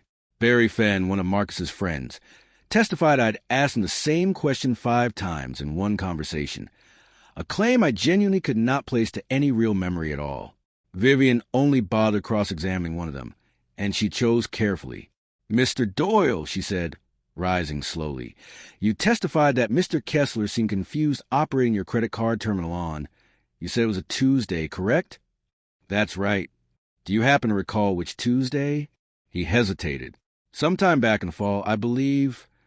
Would it surprise you to learn that your store's card terminal was flagged as out of service with your payment processor for 11 consecutive days at October, and that every transaction during that window, according to your own supplier's maintenance log, was necessarily cash? Vivian slid a printed record across to the clerk.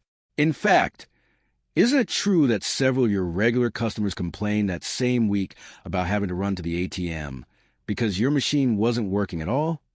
Frank Doyle's face did something complicated.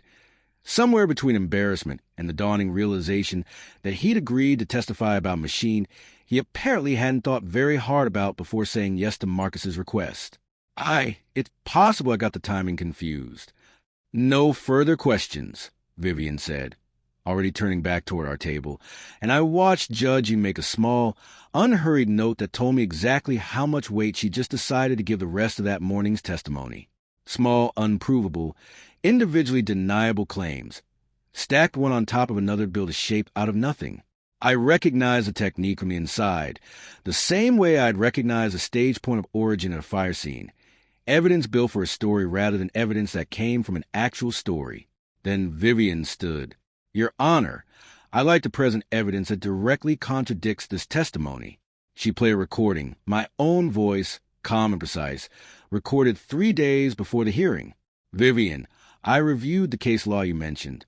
I believe the precedent on testimony, without corroborating medical evidence, works in our favor. I'd suggest citing it directly in the brief. The judge's eyebrow lifted. That's remarkably lucid for a man with alleged cognitive decline. There's more, Your Honor. Vivian handed up Dr. Okafor's report. Independent evaluation, conducted 2 weeks ago by one of Pennsylvania's leading geriatric psychiatrists. His finding: Mr. Kessler demonstrates complete cognitive competence, with memory and reasoning in the superior range for his age group. The public defender tried weakly. One doctor's opinion against 3 witnesses. 3 witnesses with no medical training whatsoever. The judge cut in. Continue, Ms. Alcott. I also have audio recordings of the petitioners discussing their actual intentions. She played it, Marcus's voice filling the courtroom, flat and businesslike. Another month, maybe 2, when we file. Aim signs off that the old man's incompetent. Then we sell the house, liquidate everything. Then Renee's laugh, sharp and clear over the courtroom's stunned silence. Dad has no idea. Thanks for taking care of him. You could have heard a pin land on the carpet. Marcus shot to his feet. That's illegal. You can't just... Actually, Vivian said, unhurried, Pennsylvania permits recordings made in one's own home, in common areas, where the parties recorded hold no reasonable expectation of privacy, particularly when a recording party is himself present in the room. Mr. Kessler was in his own living room. Everything is admissible. The judge's expression had gone somewhere well past skeptical and settled into something closer to disgust. Is there more, Ms. Alcott? Yes, Your Honor. I'd like to call Special Agent Gordon Kessler, Federal Bureau of Investigation. The doors opened, and my son walked in wearing a dark suit and his federal credentials, looking every bit the agent he'd spent 11 years becoming. I felt something swell in my chest watching him cross that room that had nothing to do with the case and everything to do with being his father. Sworn in, Gordon spoke clearly. Walter Kessler is my father.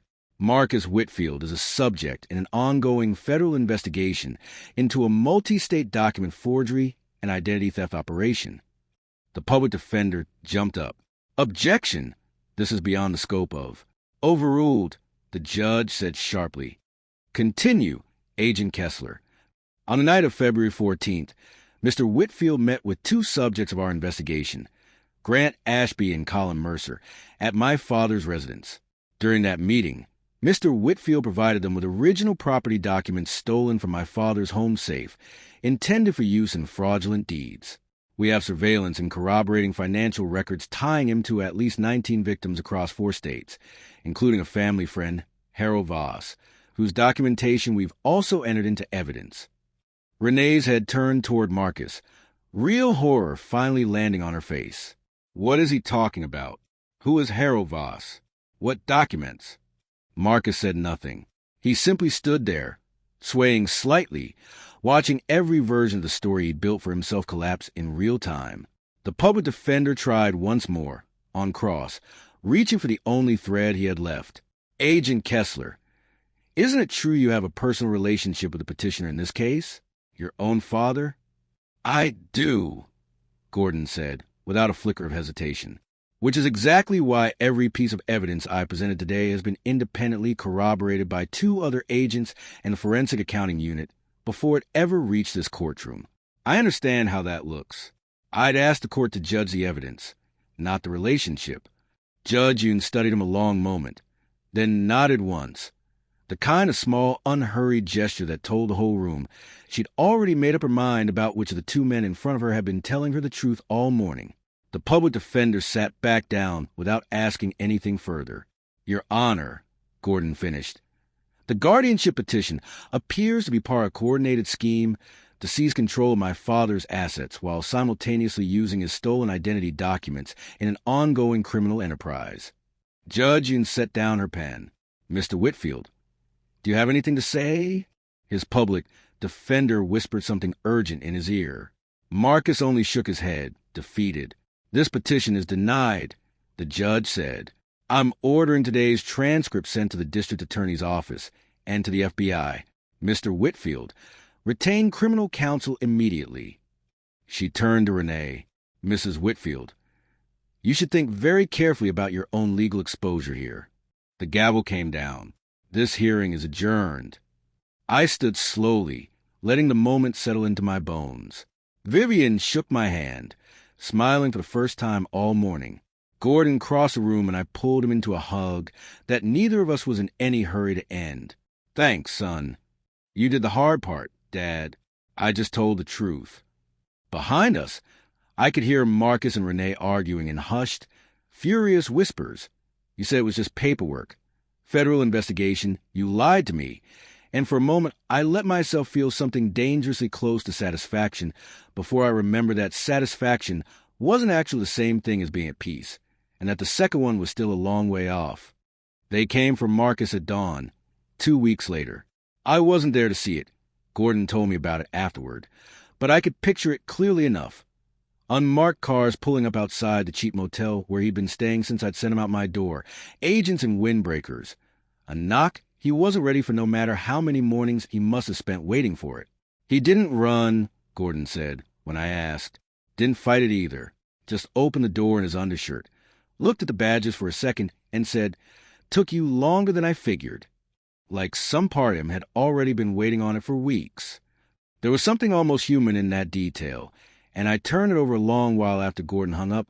The image of Marcus lying awake in some hotel room every night since I'd thrown him out, listening for a knock he already knew, on some level, was coming for him eventually. I don't know if that counts as remorse or just arithmetic. A man doing the math on how many mornings he had left before the bill came due. Maybe there isn't always a clean difference between the two.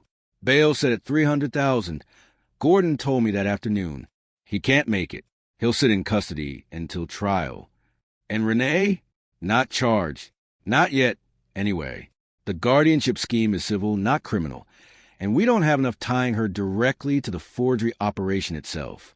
Marcus kept that part compartmentalized, probably on purpose. Some part of me felt relief at that.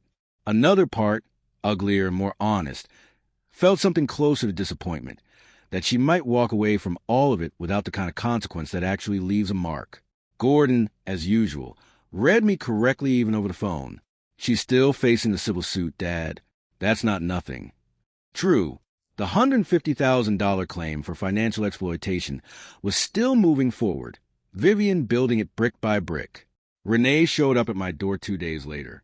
I saw her at the front window before I opened it, standing on the porch looking smaller than I'd ever seen her, dark circles carved under her eyes, wearing clothes that looked borrowed from whoever was letting her sleep on their couch these days. She'd aged years in a matter of weeks. I almost didn't answer. I let her stand there long enough that I think we both understood I was deciding something. Then I opened the door.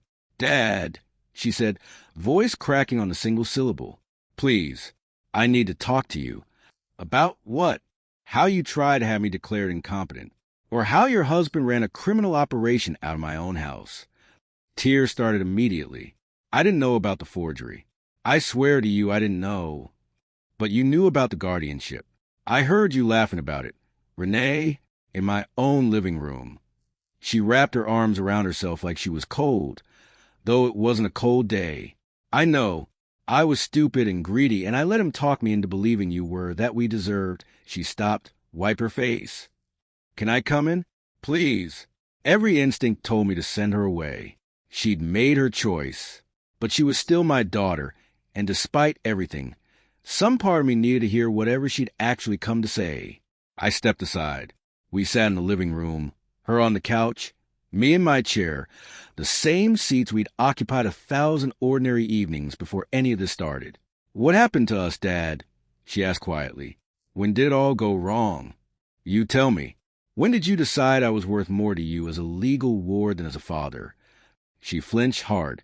Marcus said it would be easier this way, that you'd be taken care of, that we'd just be managing things, keeping the house and the family. By declaring me incompetent, he said it was just paperwork, that nothing would really change for you. And you believe a man who told you paperwork like that doesn't change anything. I shook my head slowly. Or maybe you just wanted to believe him, because believing him meant you got what you wanted without having to feel guilty about how you got it.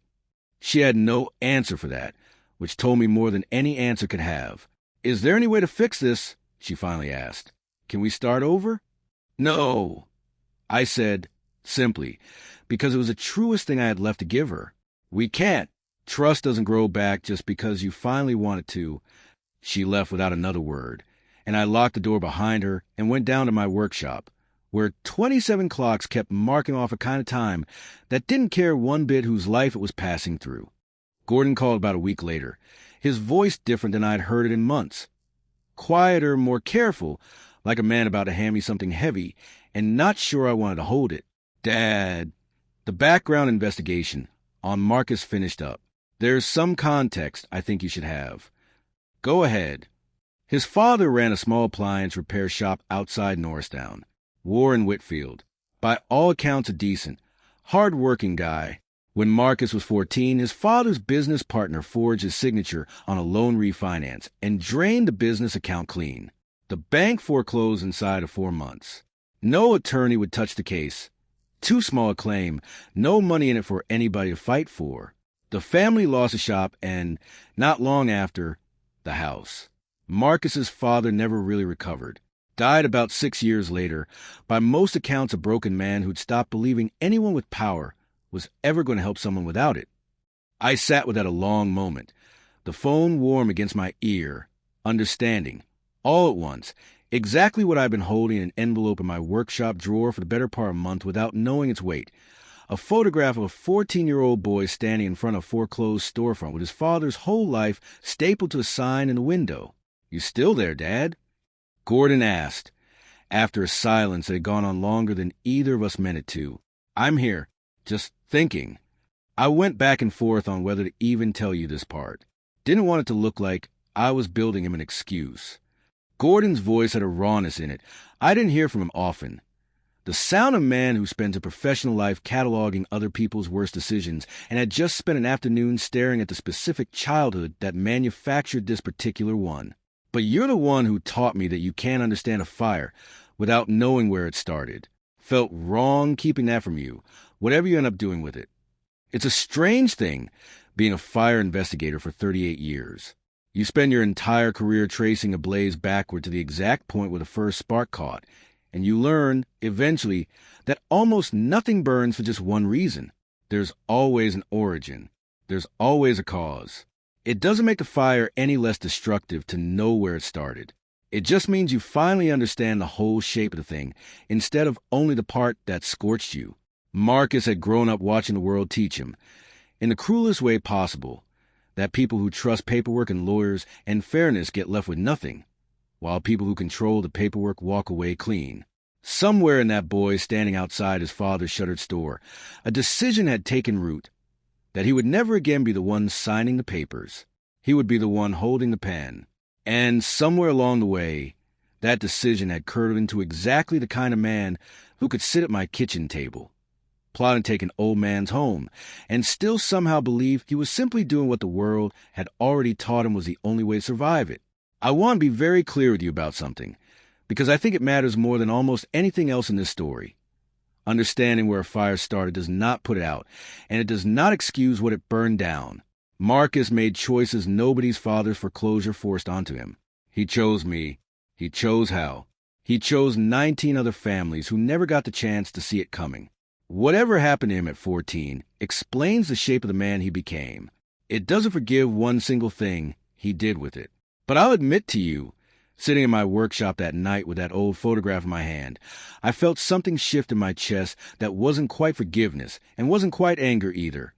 Something closer to recognize a fellow investigator scene, except this one had been burning inside a person instead of building, for over 20 years, with nobody ever called in to put out. I didn't know yet exactly what I was going to do with that photograph, but I knew, even then, that I wasn't going to use it as a weapon. Some fires, once you understand where they started, you let finish burning down on their own, instead of pouring gasoline on them just because you finally can. Summer arrived slow that year, the way it does in Philadelphia, humidity settling over the city like a lid. The FBI's case against Marcus kept widening the whole time. 19 confirmed victims eventually for states, just under $4,800,000 in documented losses.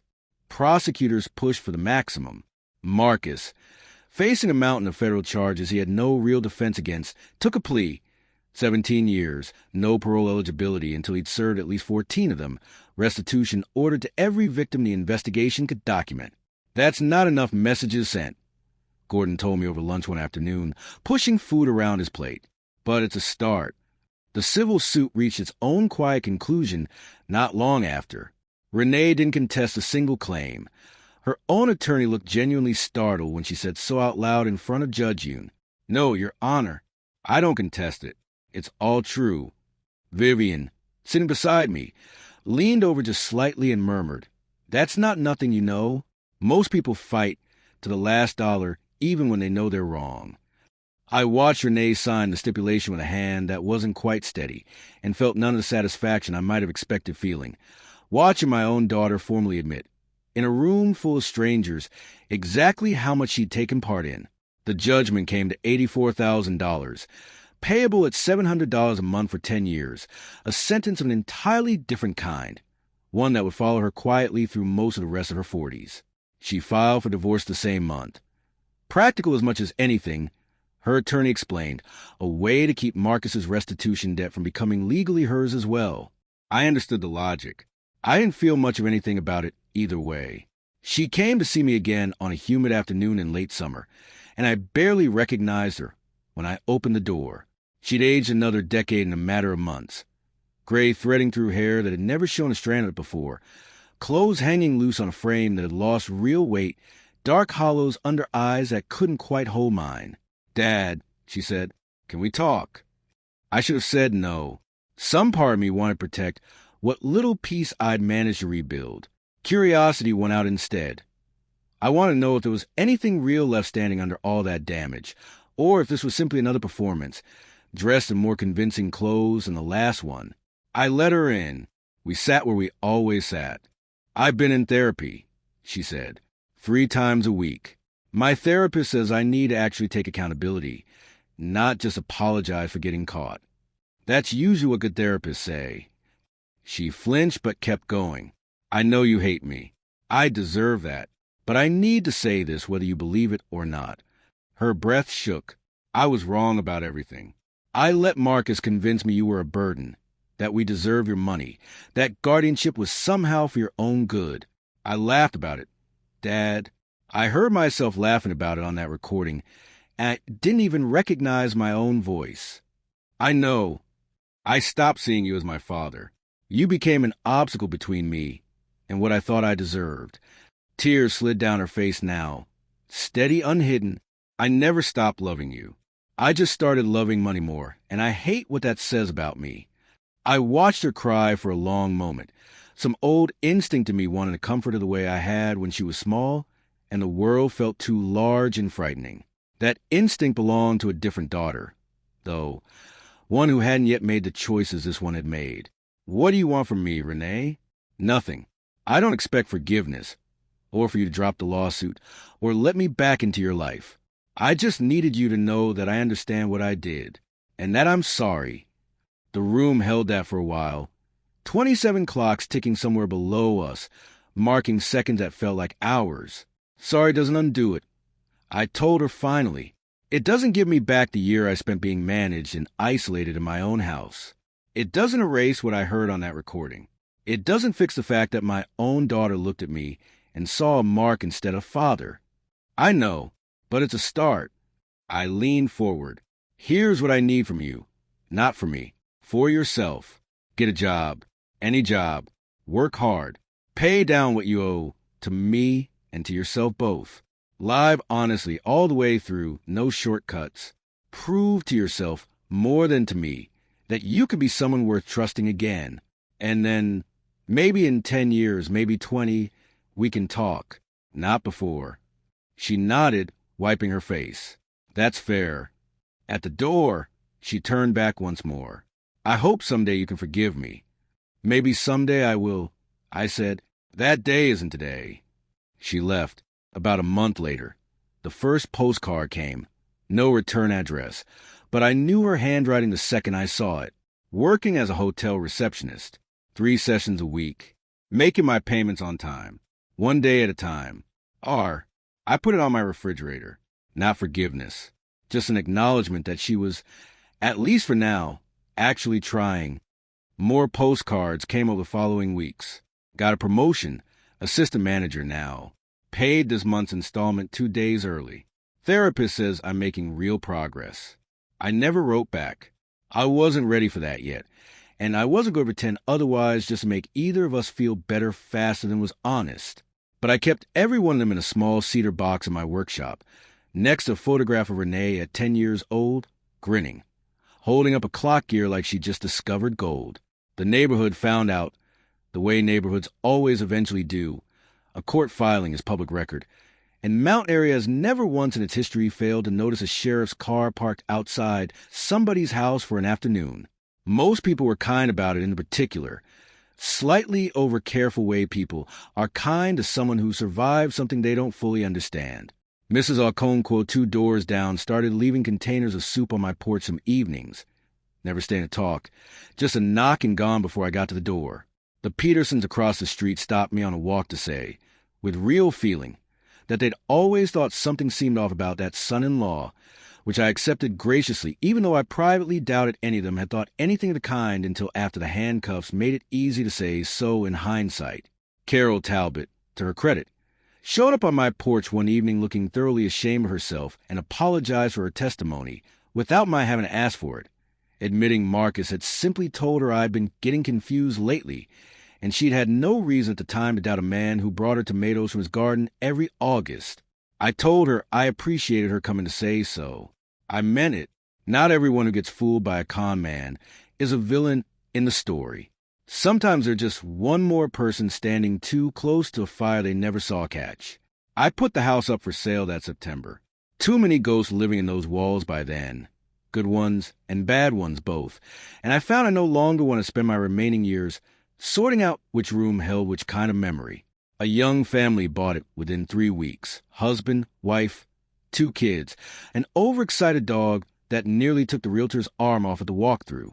We'll take good care of it, the husband told me at closing, shaking my hand. I know you will, I told him, and meant it. I drove past the old place once, a few months later, purely by accident. A wrong turn coming back from a hardware store I use to frequent out of habit rather than need. The new family had planted something bright and yellow along the front walk where Diane's hydrangeas used to struggle every summer, and there was a kid's bicycle lying on its side in the yard the way kids always leave them, careless, and certain somebody will be there tomorrow to pick it back up. I sat at the stop sign a moment longer than the intersection required, and felt something in my chest that wasn't quite grief and wasn't quite relief, but some third thing with no clean name, and then I drove on toward the rest of my afternoon. I found a two-bedroom apartment in a quieter part of the city, closer to Gordon, with real security in the lobby and a parking garage that didn't require anyone's permission but mine to use. The second bedroom became my new workshop, smaller than the old one, but plenty of room for 27 clocks and a workbench and whatever piece a man my age actually needs. Packing up 31 years of marriage into boxes for a two-bedroom apartment turned out to be its own particular kind of reckoning. I found Diane's reading glasses in a kitchen drawer I hadn't opened in 6 years, the prescription so specific to her that I couldn't bring myself to throw them out or keep them either. So they came with me still, wrapped in a dish towel and a box marked Misk that I still haven't fully unpacked. I found her handwriting on the back of an old photograph. Renee, 10 years old, grinning, holding up a clock gear like she just discovered gold, and on the back, in Diane's careful cursive, Renee found her calling today. Watch out, Walter. I sat on the floor of that half-empty house longer than I meant to, holding a photograph of a daughter I hadn't fully recognized in over a year, in the handwriting of a wife who never got to see what any of this became. I decided, right there on that floor, that the photograph was coming with me too, glasses and all, because some things you keep not because they don't hurt to look at, but precisely because they do. Hal Voss's folder, it turned out, mattered more to the case than either of us had guessed going in. His documentation helped the Bureau tie Marcus directly to two other victims who'd been too embarrassed or too frightened to come forward on their own. Hal recovered most of what he'd nearly lost through the restitution process, though he liked to joke that the real return on investment was getting his Tuesday breakfast partner back. 20 years since Worcester Street, he told me one morning over eggs at the trolley stop, and you're still somehow managing to save my life without anybody handing either of us a medal for it. That's what friends are for, Hal. I started volunteering at a senior center that fall, more or less by accident. A flyer on a community board caught my eye on a day I had nowhere in particular to be, looking for someone to teach basic small repair skills, and I called the number before I'd fully decided to. The woman who ran the program, a brisk, kind director named Ellen, asked if I had any teaching experience at all. 38 years training rookies not to walk into buildings that were about to fall down on them. I told her. Figured clocks would be a nice change of pace, lower stakes. She laughed and gave me Tuesdays and Thursdays on the spot, teaching a small clock repair class to other retirees looking for something to do with hands that had spent whole careers doing something else entirely turned out to be exactly the kind of lower stakes work I hadn't known I needed. There's a particular kind of satisfaction in watching a 70-year-old former schoolteacher figure out, for the first time in her life, how a mainspring actually stores and releases tension. It reminded me, more than I expected, of an 8-year-old girl on my old workbench asking how I knew which piece went where. Gordon brought his family by often, his wife, Priya, a pediatric nurse, sharp and warm in equal measure, and their two kids, Sam and Mia, 9 and 6 years old. Sam liked to sit exactly where Renee used to sit, legs swinging, watching me work a tiny screwdriver into some ancient escapement. "How do you know which piece goes where, Grandpa?" he asked me once, almost word for word, and I had to turn away for a second before I answered him, because some memories arrive dressed up as entirely new moments, and it takes your whole body a beat to recognize the disguise. "Patience, Bud," I told him once I trusted my voice again. "Every piece has its place. You just have to slow down enough to see it." Mia mostly just like handed me the screws, one at a time, small fingers careful and proud of the job. I let her. Some things are worth letting a child feel important doing, even when, especially when, you know exactly how it usually turns out from here. Priya caught me alone in the kitchen once, drying dishes while Gordon wrangled both kids into their coats for the drive home, and said quietly, without any particular build-up, "Gordon doesn't talk about that year much, but I want you to know he checked on you every single day. He wasn't allowed to say he was checking. That mattered to him more than I think he's ever told you outright." I didn't have a good answer for that, so I just nodded and kept drying the same plate a few seconds longer than it needed, and let it be enough that she'd said out loud for both of us. "There's one more court date I haven't told you about yet, because it happened out of the order I've been telling you things, and I wanted you to have the quieter parts first before I brought you back into a courtroom one final time." The formal sentencing hearing was held that November, 9 months, almost a day since a phone call at 12:17 in the morning changed the direction my life was pointed in. The gallery was fuller than I expected. Families I didn't recognize. Faces drawn tight with particular exhaustion of people who'd spent a year discovering exactly how much a stranger could take from them without ever raising his voice. The federal prosecutor, a compact, no-nonsense woman named Assistant U.S. Attorney Delgado, laid out the scope of it plainly for the judge. 19 victims. 4 states. $4,790,000 in documented losses. Mr. Whitfield operated with patience and precision, she said, identifying vulnerable homeowners, embedding himself in their trust, and systematically stripping them of both their assets and their support systems before a single dollar ever moved. We asked the court to impose the maximum available under the plea agreement. Victim impact statements came next, and I hadn't fully understood, walking in that morning, how much it would cost me to sit through other people's versions of exactly what had happened to me. Hal stood first, steady as I'd ever seen him despite the tremor in his hands, holding the paper he barely glanced at. 26 years I ran into burning buildings without hesitating once, he said. This man got further into my life in 18 months than any fire ever did, using nothing but a firm handshake and my own best friend's introduction. I want the court to understand that the damage isn't just financial. It's that I don't trust my own judgment about people anymore, and at 69 years old, that's a hard thing to lose. A woman I didn't know, introduced as Constance Ferrara, spoke after him. 71. A widow from Delaware County who'd lost $67,000, nearly everything she'd set aside after selling her late husband's hardware business. I worked 40 years for that money, she said, voice steady even as her hands shook.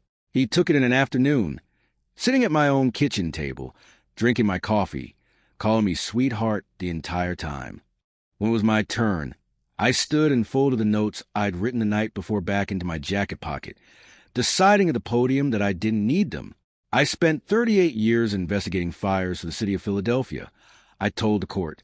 People used to ask me what the worst part of the job was, expecting me to say the bodies or the smell or the danger. The worst part was always the same thing. Standing in what used to be someone's home, watching a family try to figure out how much of their life they'd actually lost, because the damage isn't always where you can see it first. Mr. Whitfield took money from 19 families that this court has documented.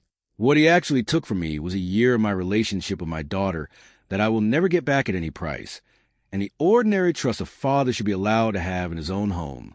I'm not asking this court for vengeance. I'm asking it to make sure the next Walter Kessler this man might have found gets to keep both those things instead. I sat back down feeling something I hadn't expected. Not triumph, just a kind of clean, tired honesty. The sensation of having finally said the truest thing I had to say about the whole ordeal out loud in a room built for exactly that purpose. Renee sat 2 rows back on the other side of the aisle, alone. She and Marcus were already separated by then, the divorce filing still fresh, and I caught her eyes once briefly while Constance Ferrara was speaking. She looked away first, which told me everything about how much of that testimony had landed somewhere she couldn't yet fully face. I didn't go to her afterward, and she didn't come to me.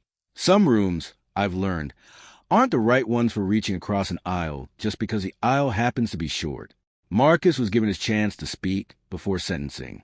He stood in his county jumpsuit, looking smaller than I remembered him ever looking, even smaller than the night his knees had nearly buckled in my kitchen. I know an apology doesn't mean much at this point, he said, voice flat. Rehearse it first, and then, somewhere in the middle, not rehearse at all anymore. I grew up believing the only way to survive was to make sure nobody could ever do to me what was done to my family when I was a kid. I used that as an excuse to become someone who did it to other people instead. And there's no version of my childhood that makes it the right choice. I'm not going to pretend there is. He looked, for just a moment, directly at me. I'm sorry, Mr. Kessler. I know that's not worth what I took. It wasn't. But I noticed, sitting there, that some small, stubborn part of me appreciated that he hadn't tried to make it worth more than it was. Judge Marcus Ellery. No relation to my son-in-law, a small dark irony I noted and let go of. Handed down 17 years, no parole eligibility before 14 served. Restitution ordered to all documented victims, according to the schedule Assistant U.S. Attorney Delgado had prepared. Mr. Whitfield, the judge said before the marshals let him out, Whatever happened to you as a child does not obligate this court to pretend it happened to the 19 people you targeted as an adult. I hope you use the next 14 years to actually understand the difference. I sat in that gallery a long while after the room emptied, next to Hal, next to Constance Ferrara. 3 strangers who become something like family through nothing more than having survived the same fire from different rooms of the same house. You did good up there, Hal said finally. Didn't feel like winning. No, he agreed. It never does. But it's not supposed to. It's supposed to feel like it's finally over. I thought about that the whole drive home, the difference between winning and being finished, and decided, somewhere around a Roosevelt Boulevard exit, that how I'd gotten it exactly right. Grant Ashby and Colin Mercer, the 2 men who'd walked to my front door with Marcus at Valentine's night, took separate plea deals of their own that same season. 9 years for Ashby, who'd apparently done this kind of work in 2 other states before Pennsylvania ever caught up with him, and just under 6 for Mercer, who Gordon said had cooperated early and thoroughly once he understood how much the Bureau already had on tape. I never saw either man's face clearly, not that night through my basement window and not since. And there's something fitting in that, I think, that the 2 men who'd actually forged the paperwork capable of stealing a stranger's whole identity remained, to me, exactly as faceless and interchangeable as a crime itself always is until it happens to someone you love. Dr. Preston Ames lost his medical license within a year.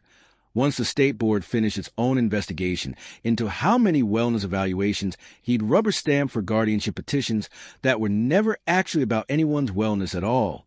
Gordon told me there were at least 6 other families whose cases got reopened because of it. I felt no particular satisfaction hearing that. Only a tired kind of confirmation. The sense of watching a whole system of small, quiet complicities finally come apart at every seam somebody had been counting on holding. I drove out to see Diane the week after the sentencing hearing. Something I do less often than I probably should, if I'm honest with you. Her stone sits under a maple tree that turns a color every October that she would have loved, and that I mostly just find myself standing under without much to say. That afternoon, I had plenty to say. You'd have seen it coming, I told her out loud, alone in a mostly empty cemetery on a gray Tuesday. You always did see people clearer than I did. I used to tease you about it. I'm not teasing anymore. I told her about the recordings, about Hal, about the courtroom, about the boy in the old photograph I still hadn't figured out what to do with. I told her Renee was in therapy, paying down a debt, sending postcards I hadn't answered yet. I told her I didn't know if I was doing right by our daughter or simply protecting myself, and that some mornings I genuinely couldn't tell the difference between the 2 anymore. I think you'd tell me both things could be true, I said finally, that protecting myself and doing right by her aren't always opposites. I think you'd tell me I'm allowed to want both. The maple dropped 1 leaf while I stood there, which is exactly the kind of small coincidence a grieving man will let mean far more than it probably does, and I let myself have it anyway. I stayed another 20 minutes, mostly quiet, and drove home feeling lighter in a way I couldn't fully explain to anyone who hadn't lost someone the same sudden way I'd lost her. I skipped over something earlier, and I want to go back and get its due. Because it's easy in the telling of a story like this to make the fight sound cleaner and faster than it actually felt while I was living inside it. Building the actual case took weeks of unglamorous, exhausting work, most of it at my own kitchen table, most of it after midnight, most of it fueled by coffee that had long since gone cold in the mug beside my elbow. Vivian would come by twice a week with a legal pad and a laptop, and we'd sit there matching names on the shoebox against county property records, cross-referencing dates, building a timeline precise enough to survive a courtroom's worth of scrutiny. It was slow. It was tedious. Half the nights we found nothing new at all, just more confirmation of what we already suspected, which is its own particular kind of exhausting. Proving something true over and over instead of discovering it once. This is the part nobody shows in the movies, Vivian said one night, rubbing her eyes at close to 1 a.m, a legal pad covered edge to edge in her small, precise handwriting. The montage where the detective has a breakthrough set to music. It's actually just this. Cold coffee and cross-referencing deed transfers until your eyes cross. I spent 38 years doing this exact kind of work at fire scenes. I told her. Nobody ever put music behind that either. She laughed, tired and real, and we kept going. I mention it now because I think it matters. That the version of me who eventually stood up in that courtroom with evidence solid enough to dismantle a guardianship petition and a federal case both didn't get there through one dramatic moment of clarity. He got there the same way I used to solve every fire scene in 38 years on the job, one unglamorous night at a time, refusing to stop looking just because the answer hadn't shown up yet. Gordon and I talked more honestly during those months than we had in years, maybe ever. He came by one evening not long after the sentencing, sat across from me at my new kitchen table in the apartment, and admitted something I hadn't expected. "You know what the hardest part of this whole year was for me?" he said. "Not the investigation. Not even Valentine's night. Sitting outside your house in an unmarked car, watching those two men walk into your home and not being allowed to move on it. The hardest part was every single week before that, watching Marcus screen your calls, hearing you sound a little more tired every time we talked, and knowing that if I pushed too hard, too fast, I could blow the whole case and leave you exposed with nothing to show for it. You never told me that. I couldn't. Conflict of interest works both directions, Dad. I couldn't compromise the investigation, and I also couldn't unload all of that onto you while you were the one actually living inside it." He turned his coffee mug slowly on the table, not quite looking at me. "I used to lie awake some nights wondering if I was choosing the case over you, wondering if there was a version of that year where I broke every protocol I've ever respected and just came and got you out of there myself. Why didn't you? Because you have told me not to. You have told me to do the job right, even when doing it right cost you time you didn't necessarily have to spare." He finally looked up. "I hated that you were right about that. I still hate it a little, honestly." I reached across the table and put my hand over his, the way I used to when he was small and scared of something in the dark that turned out, every single time, to be nothing at all. This time it had been something. This time his caution had been exactly correct, and I told him so, plainly, because I think fathers don't say that kind of thing to their grown sons nearly often enough. "You did the job right, Gordon, and you did right by me. Those turn out to be the same thing. They don't always." I met Constance Ferrara again a few months after the sentencing, this time at the senior center, where she'd signed up for my clock repair class on what she told me was a whim, though I suspected it was less a whim than a woman looking for some small proof that her hands could still learn to fix something after a year of watching a stranger take apart her whole financial life without her ever seeing it happen. She struggled at first, the way most beginners do, frustrated by how much smaller and more stubborn a mainspring is than it looks. "I used to run an entire hardware register by myself for 40 years, she told me one Thursday, jabbing at a stuck gear with more force than the poor thing deserved. "I don't understand why I can't manage one clock." "Because your husband's register didn't fight back," I told her, gently taking the tool from her hand and showing her the angle again, slower. "Everything in here is under tension. You have to release it before you can move it, or it just breaks in your hand." She looked up at me for a long moment, and I watched something land behind her eyes that had nothing at all to do with clockwork. "That's true of more than clocks, isn't it, Walter?" Getting more and more of an argument for that every year.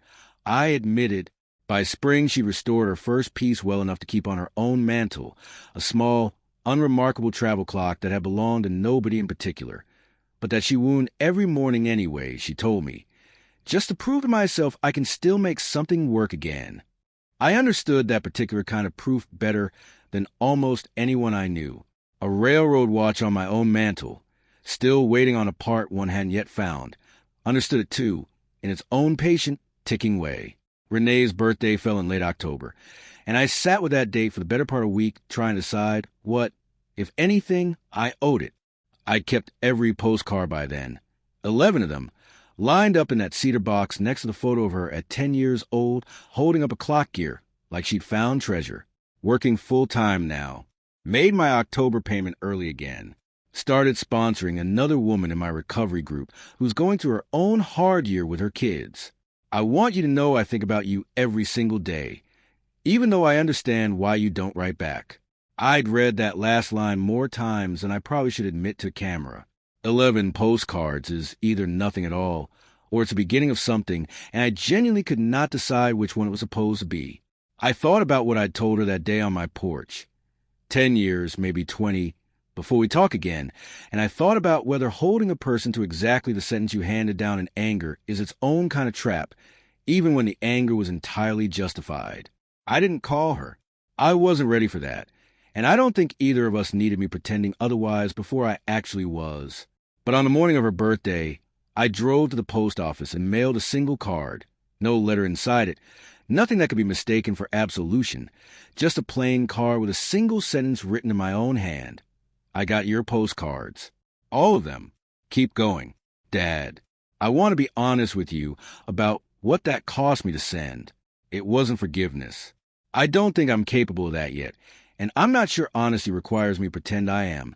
Just because a story like this one is supposed to end with everybody healed and hugging in a kitchen somewhere.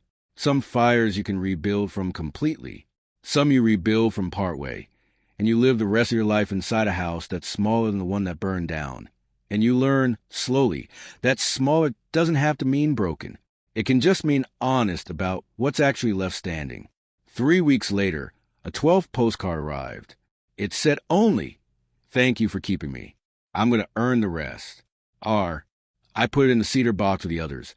And for the first time since all of this started, I let myself believe that maybe a decade or two from now, that box might actually hold the whole story of how we found our way back to each other, instead of just a story of how far apart we drifted. I still don't know how that story ends. Some nights I let myself imagine it. Renee at 50, steady and honest, sitting across from me at some kitchen table neither of us has bought yet, both of us finally able to talk about that year, without either one of us flinching. Other nights I remind myself that imagining an ending isn't the same as earning one, and that the only honest thing I can actually do with any of it is keep showing up for whatever the real version turns out to be, one postcard and one unanswered phone call at a time. I'm not there yet. I want to be honest about that too. But I've learned something in 67 years that I don't think I understood clearly until this past year forced it into focus. A father doesn't have to choose between protecting himself and leaving a door open a crack for the daughter who hurt him. You can do both. You can lock the house and still leave the porch light on. I sat with that old photograph for nearly 4 months before I decided what to do with it. Gordon offered more than once to have someone quietly ask around the prosecutor's office whether it could be entered into the sentencing record as mitigating context. A way, he said, of at least putting the full shape of the man on paper somewhere official. I told him no every time he offered. Some things don't belong in a court file. Some things belong to the person who lived them, whether or not he deserved better than what he did with it. I thought, too, about simply keeping it. Filing away in a drawer the same way I filed away every other piece of that year. A small, private trophy of everything I'd figured out that Marcus never expected me to. I'll admit that option tempted me more than I'm entirely proud of.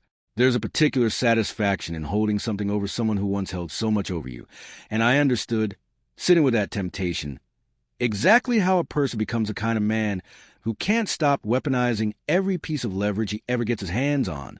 I didn't want to become fluent in that particular language, even after everything.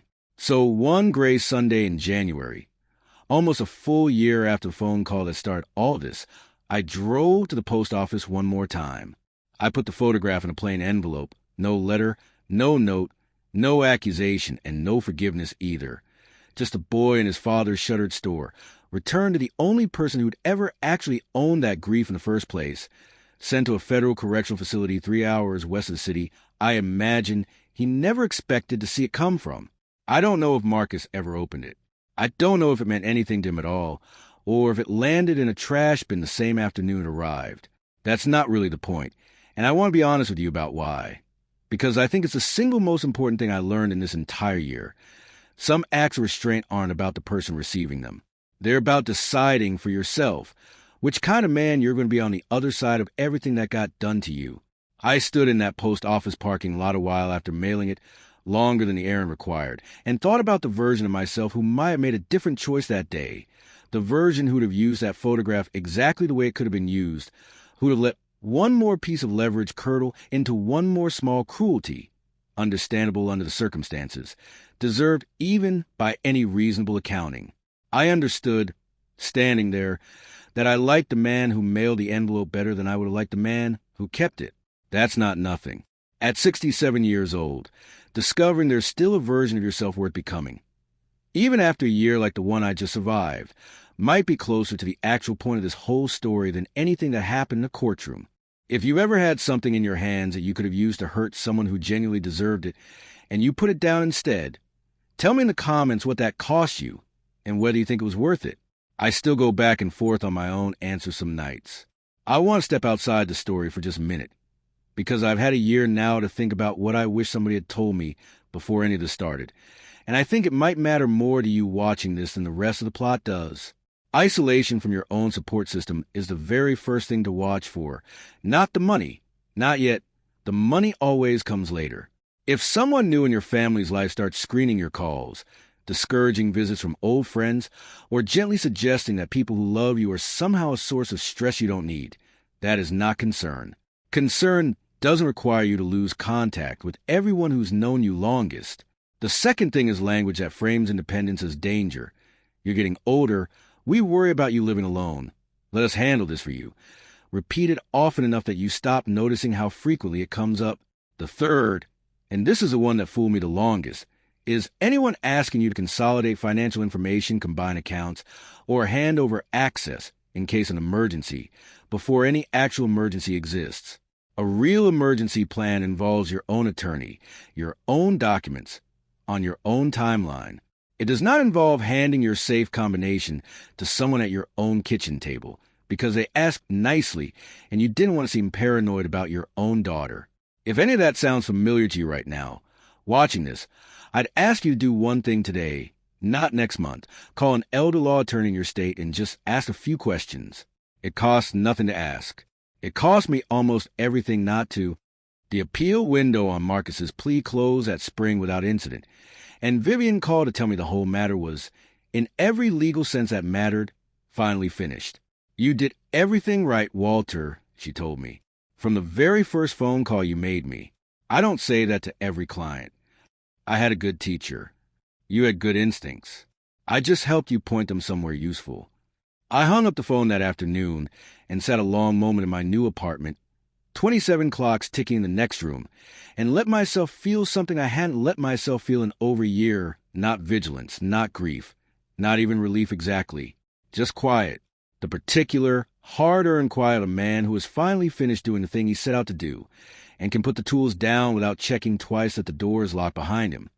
It's been a little over a year now since that phone call at 12:17 in the morning, and I want to tell you what an ordinary Tuesday actually looks like on the other side of a year, like the one I just told you about, because I think the ending matters more than the drama does, and most of these stories skip right past it.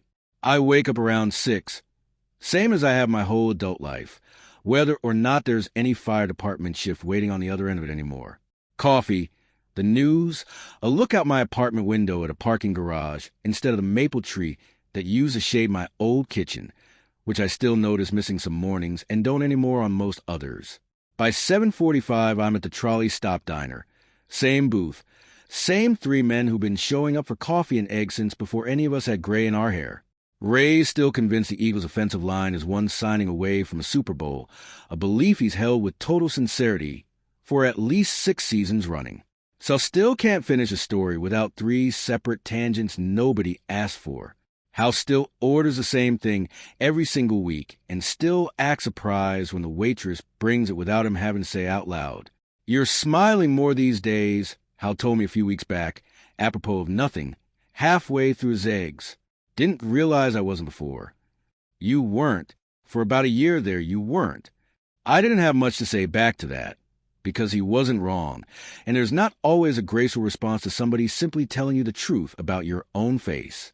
Tuesday and Thursday afternoons, I teach at the senior center. Constance Ferrara's group has grown to 6 now. Word gets around, apparently, when you're the one guy in the building who can make a busted pocket watch tick again in grief, it turns out likes to disguise itself as a hobby whenever it can find one patient enough to let it in the side door. I watch these people. A former schoolteacher, a retired Navy machinist, a woman who buried her husband 11 months ago and hasn't quite figured out what to do with her Tuesdays since. Learn, one gear at a time, that broken things can sometimes be understood well enough to be trusted again. I don't tell them that's what I'm actually teaching. I let the clocks do that part on their own. They always have. Gordon and Priya bring Sam and Mia by most Sundays. Sam's gotten steady enough with a jeweler's screwdriver now that I let him handle actual restoration work under supervision. which delights him roughly as much as anything has ever delighted a 9-year-old boy in the history of 9-year-old boys. Mia still mostly hands me screws, one at a time, narrating an entire imaginary story about each one as she does it. I let her. Some things are worth letting a child feel important doing, especially, when you understand exactly how these stories tend to go from here, and you've decided this time to build a different one. I hear from Renee every few weeks now. Postcards mostly, occasionally a short phone call that neither of us lets run long. She's 2 years into her repayment now, on time every month, still with the same therapist, dating no one, which she mentioned once like she thought I want to know, and which I appreciated more than I let on. We are not what we were before any of this happened. I don't believe we ever will be, and I've made a slow, deliberate peace with that particular loss. The way you make peace with a scar that healed crooked but healed. What we are instead is something new and considerably more honest, a father and a daughter rebuilding trust one small, verifiable brick at a time, with the full knowledge, on both sides now, of exactly what it costs to lose it. The replacement mainspring for my 1911 railroad watch finally arrived this past March. A specialty parts dealer out in Ohio I'd been checking with every few months for going on 2 years finally tracked one down in an estate sale lot. I sat down at my workbench the same night it came in, put on my magnifying loupe, and did the kind of slow, careful work that requires you to forget for an hour or two that you exist as anything other than a pair of steady hands and a problem worth solving. I got the new spring seated just before midnight, wound it, set it against my ear the way I have with every clock I've ever restored, waiting for that first small mechanical breath. And there it was, a clean, even tick, patient and unhurried, exactly the way a piece that had waited 2 years to work again deserved to sound once it finally did. In fire investigation, there's a term for the whole point of the job, the part everything else exists to serve, origin and cause. You don't just note that a building burned. You trace it backward, patiently, methodically, until you find the exact point where the first spark caught. Because you can't actually understand anything a fire destroyed until you understand where it started and why it found something they're worth catching on. I spent 38 years doing exactly that for other people's disasters. It took my own family nearly burning down around me, in my own basement, at 12:17 in the morning, to finally teach me how to do it for the people I loved instead. And, harder still, for myself. You can't stop a fire by refusing to look at where it started. You stop it by finding the spark, naming it honestly, and deciding, every day afterward, exactly what you're willing to let it take from you a second time, and what you decided, once and for all, you never will hand over again.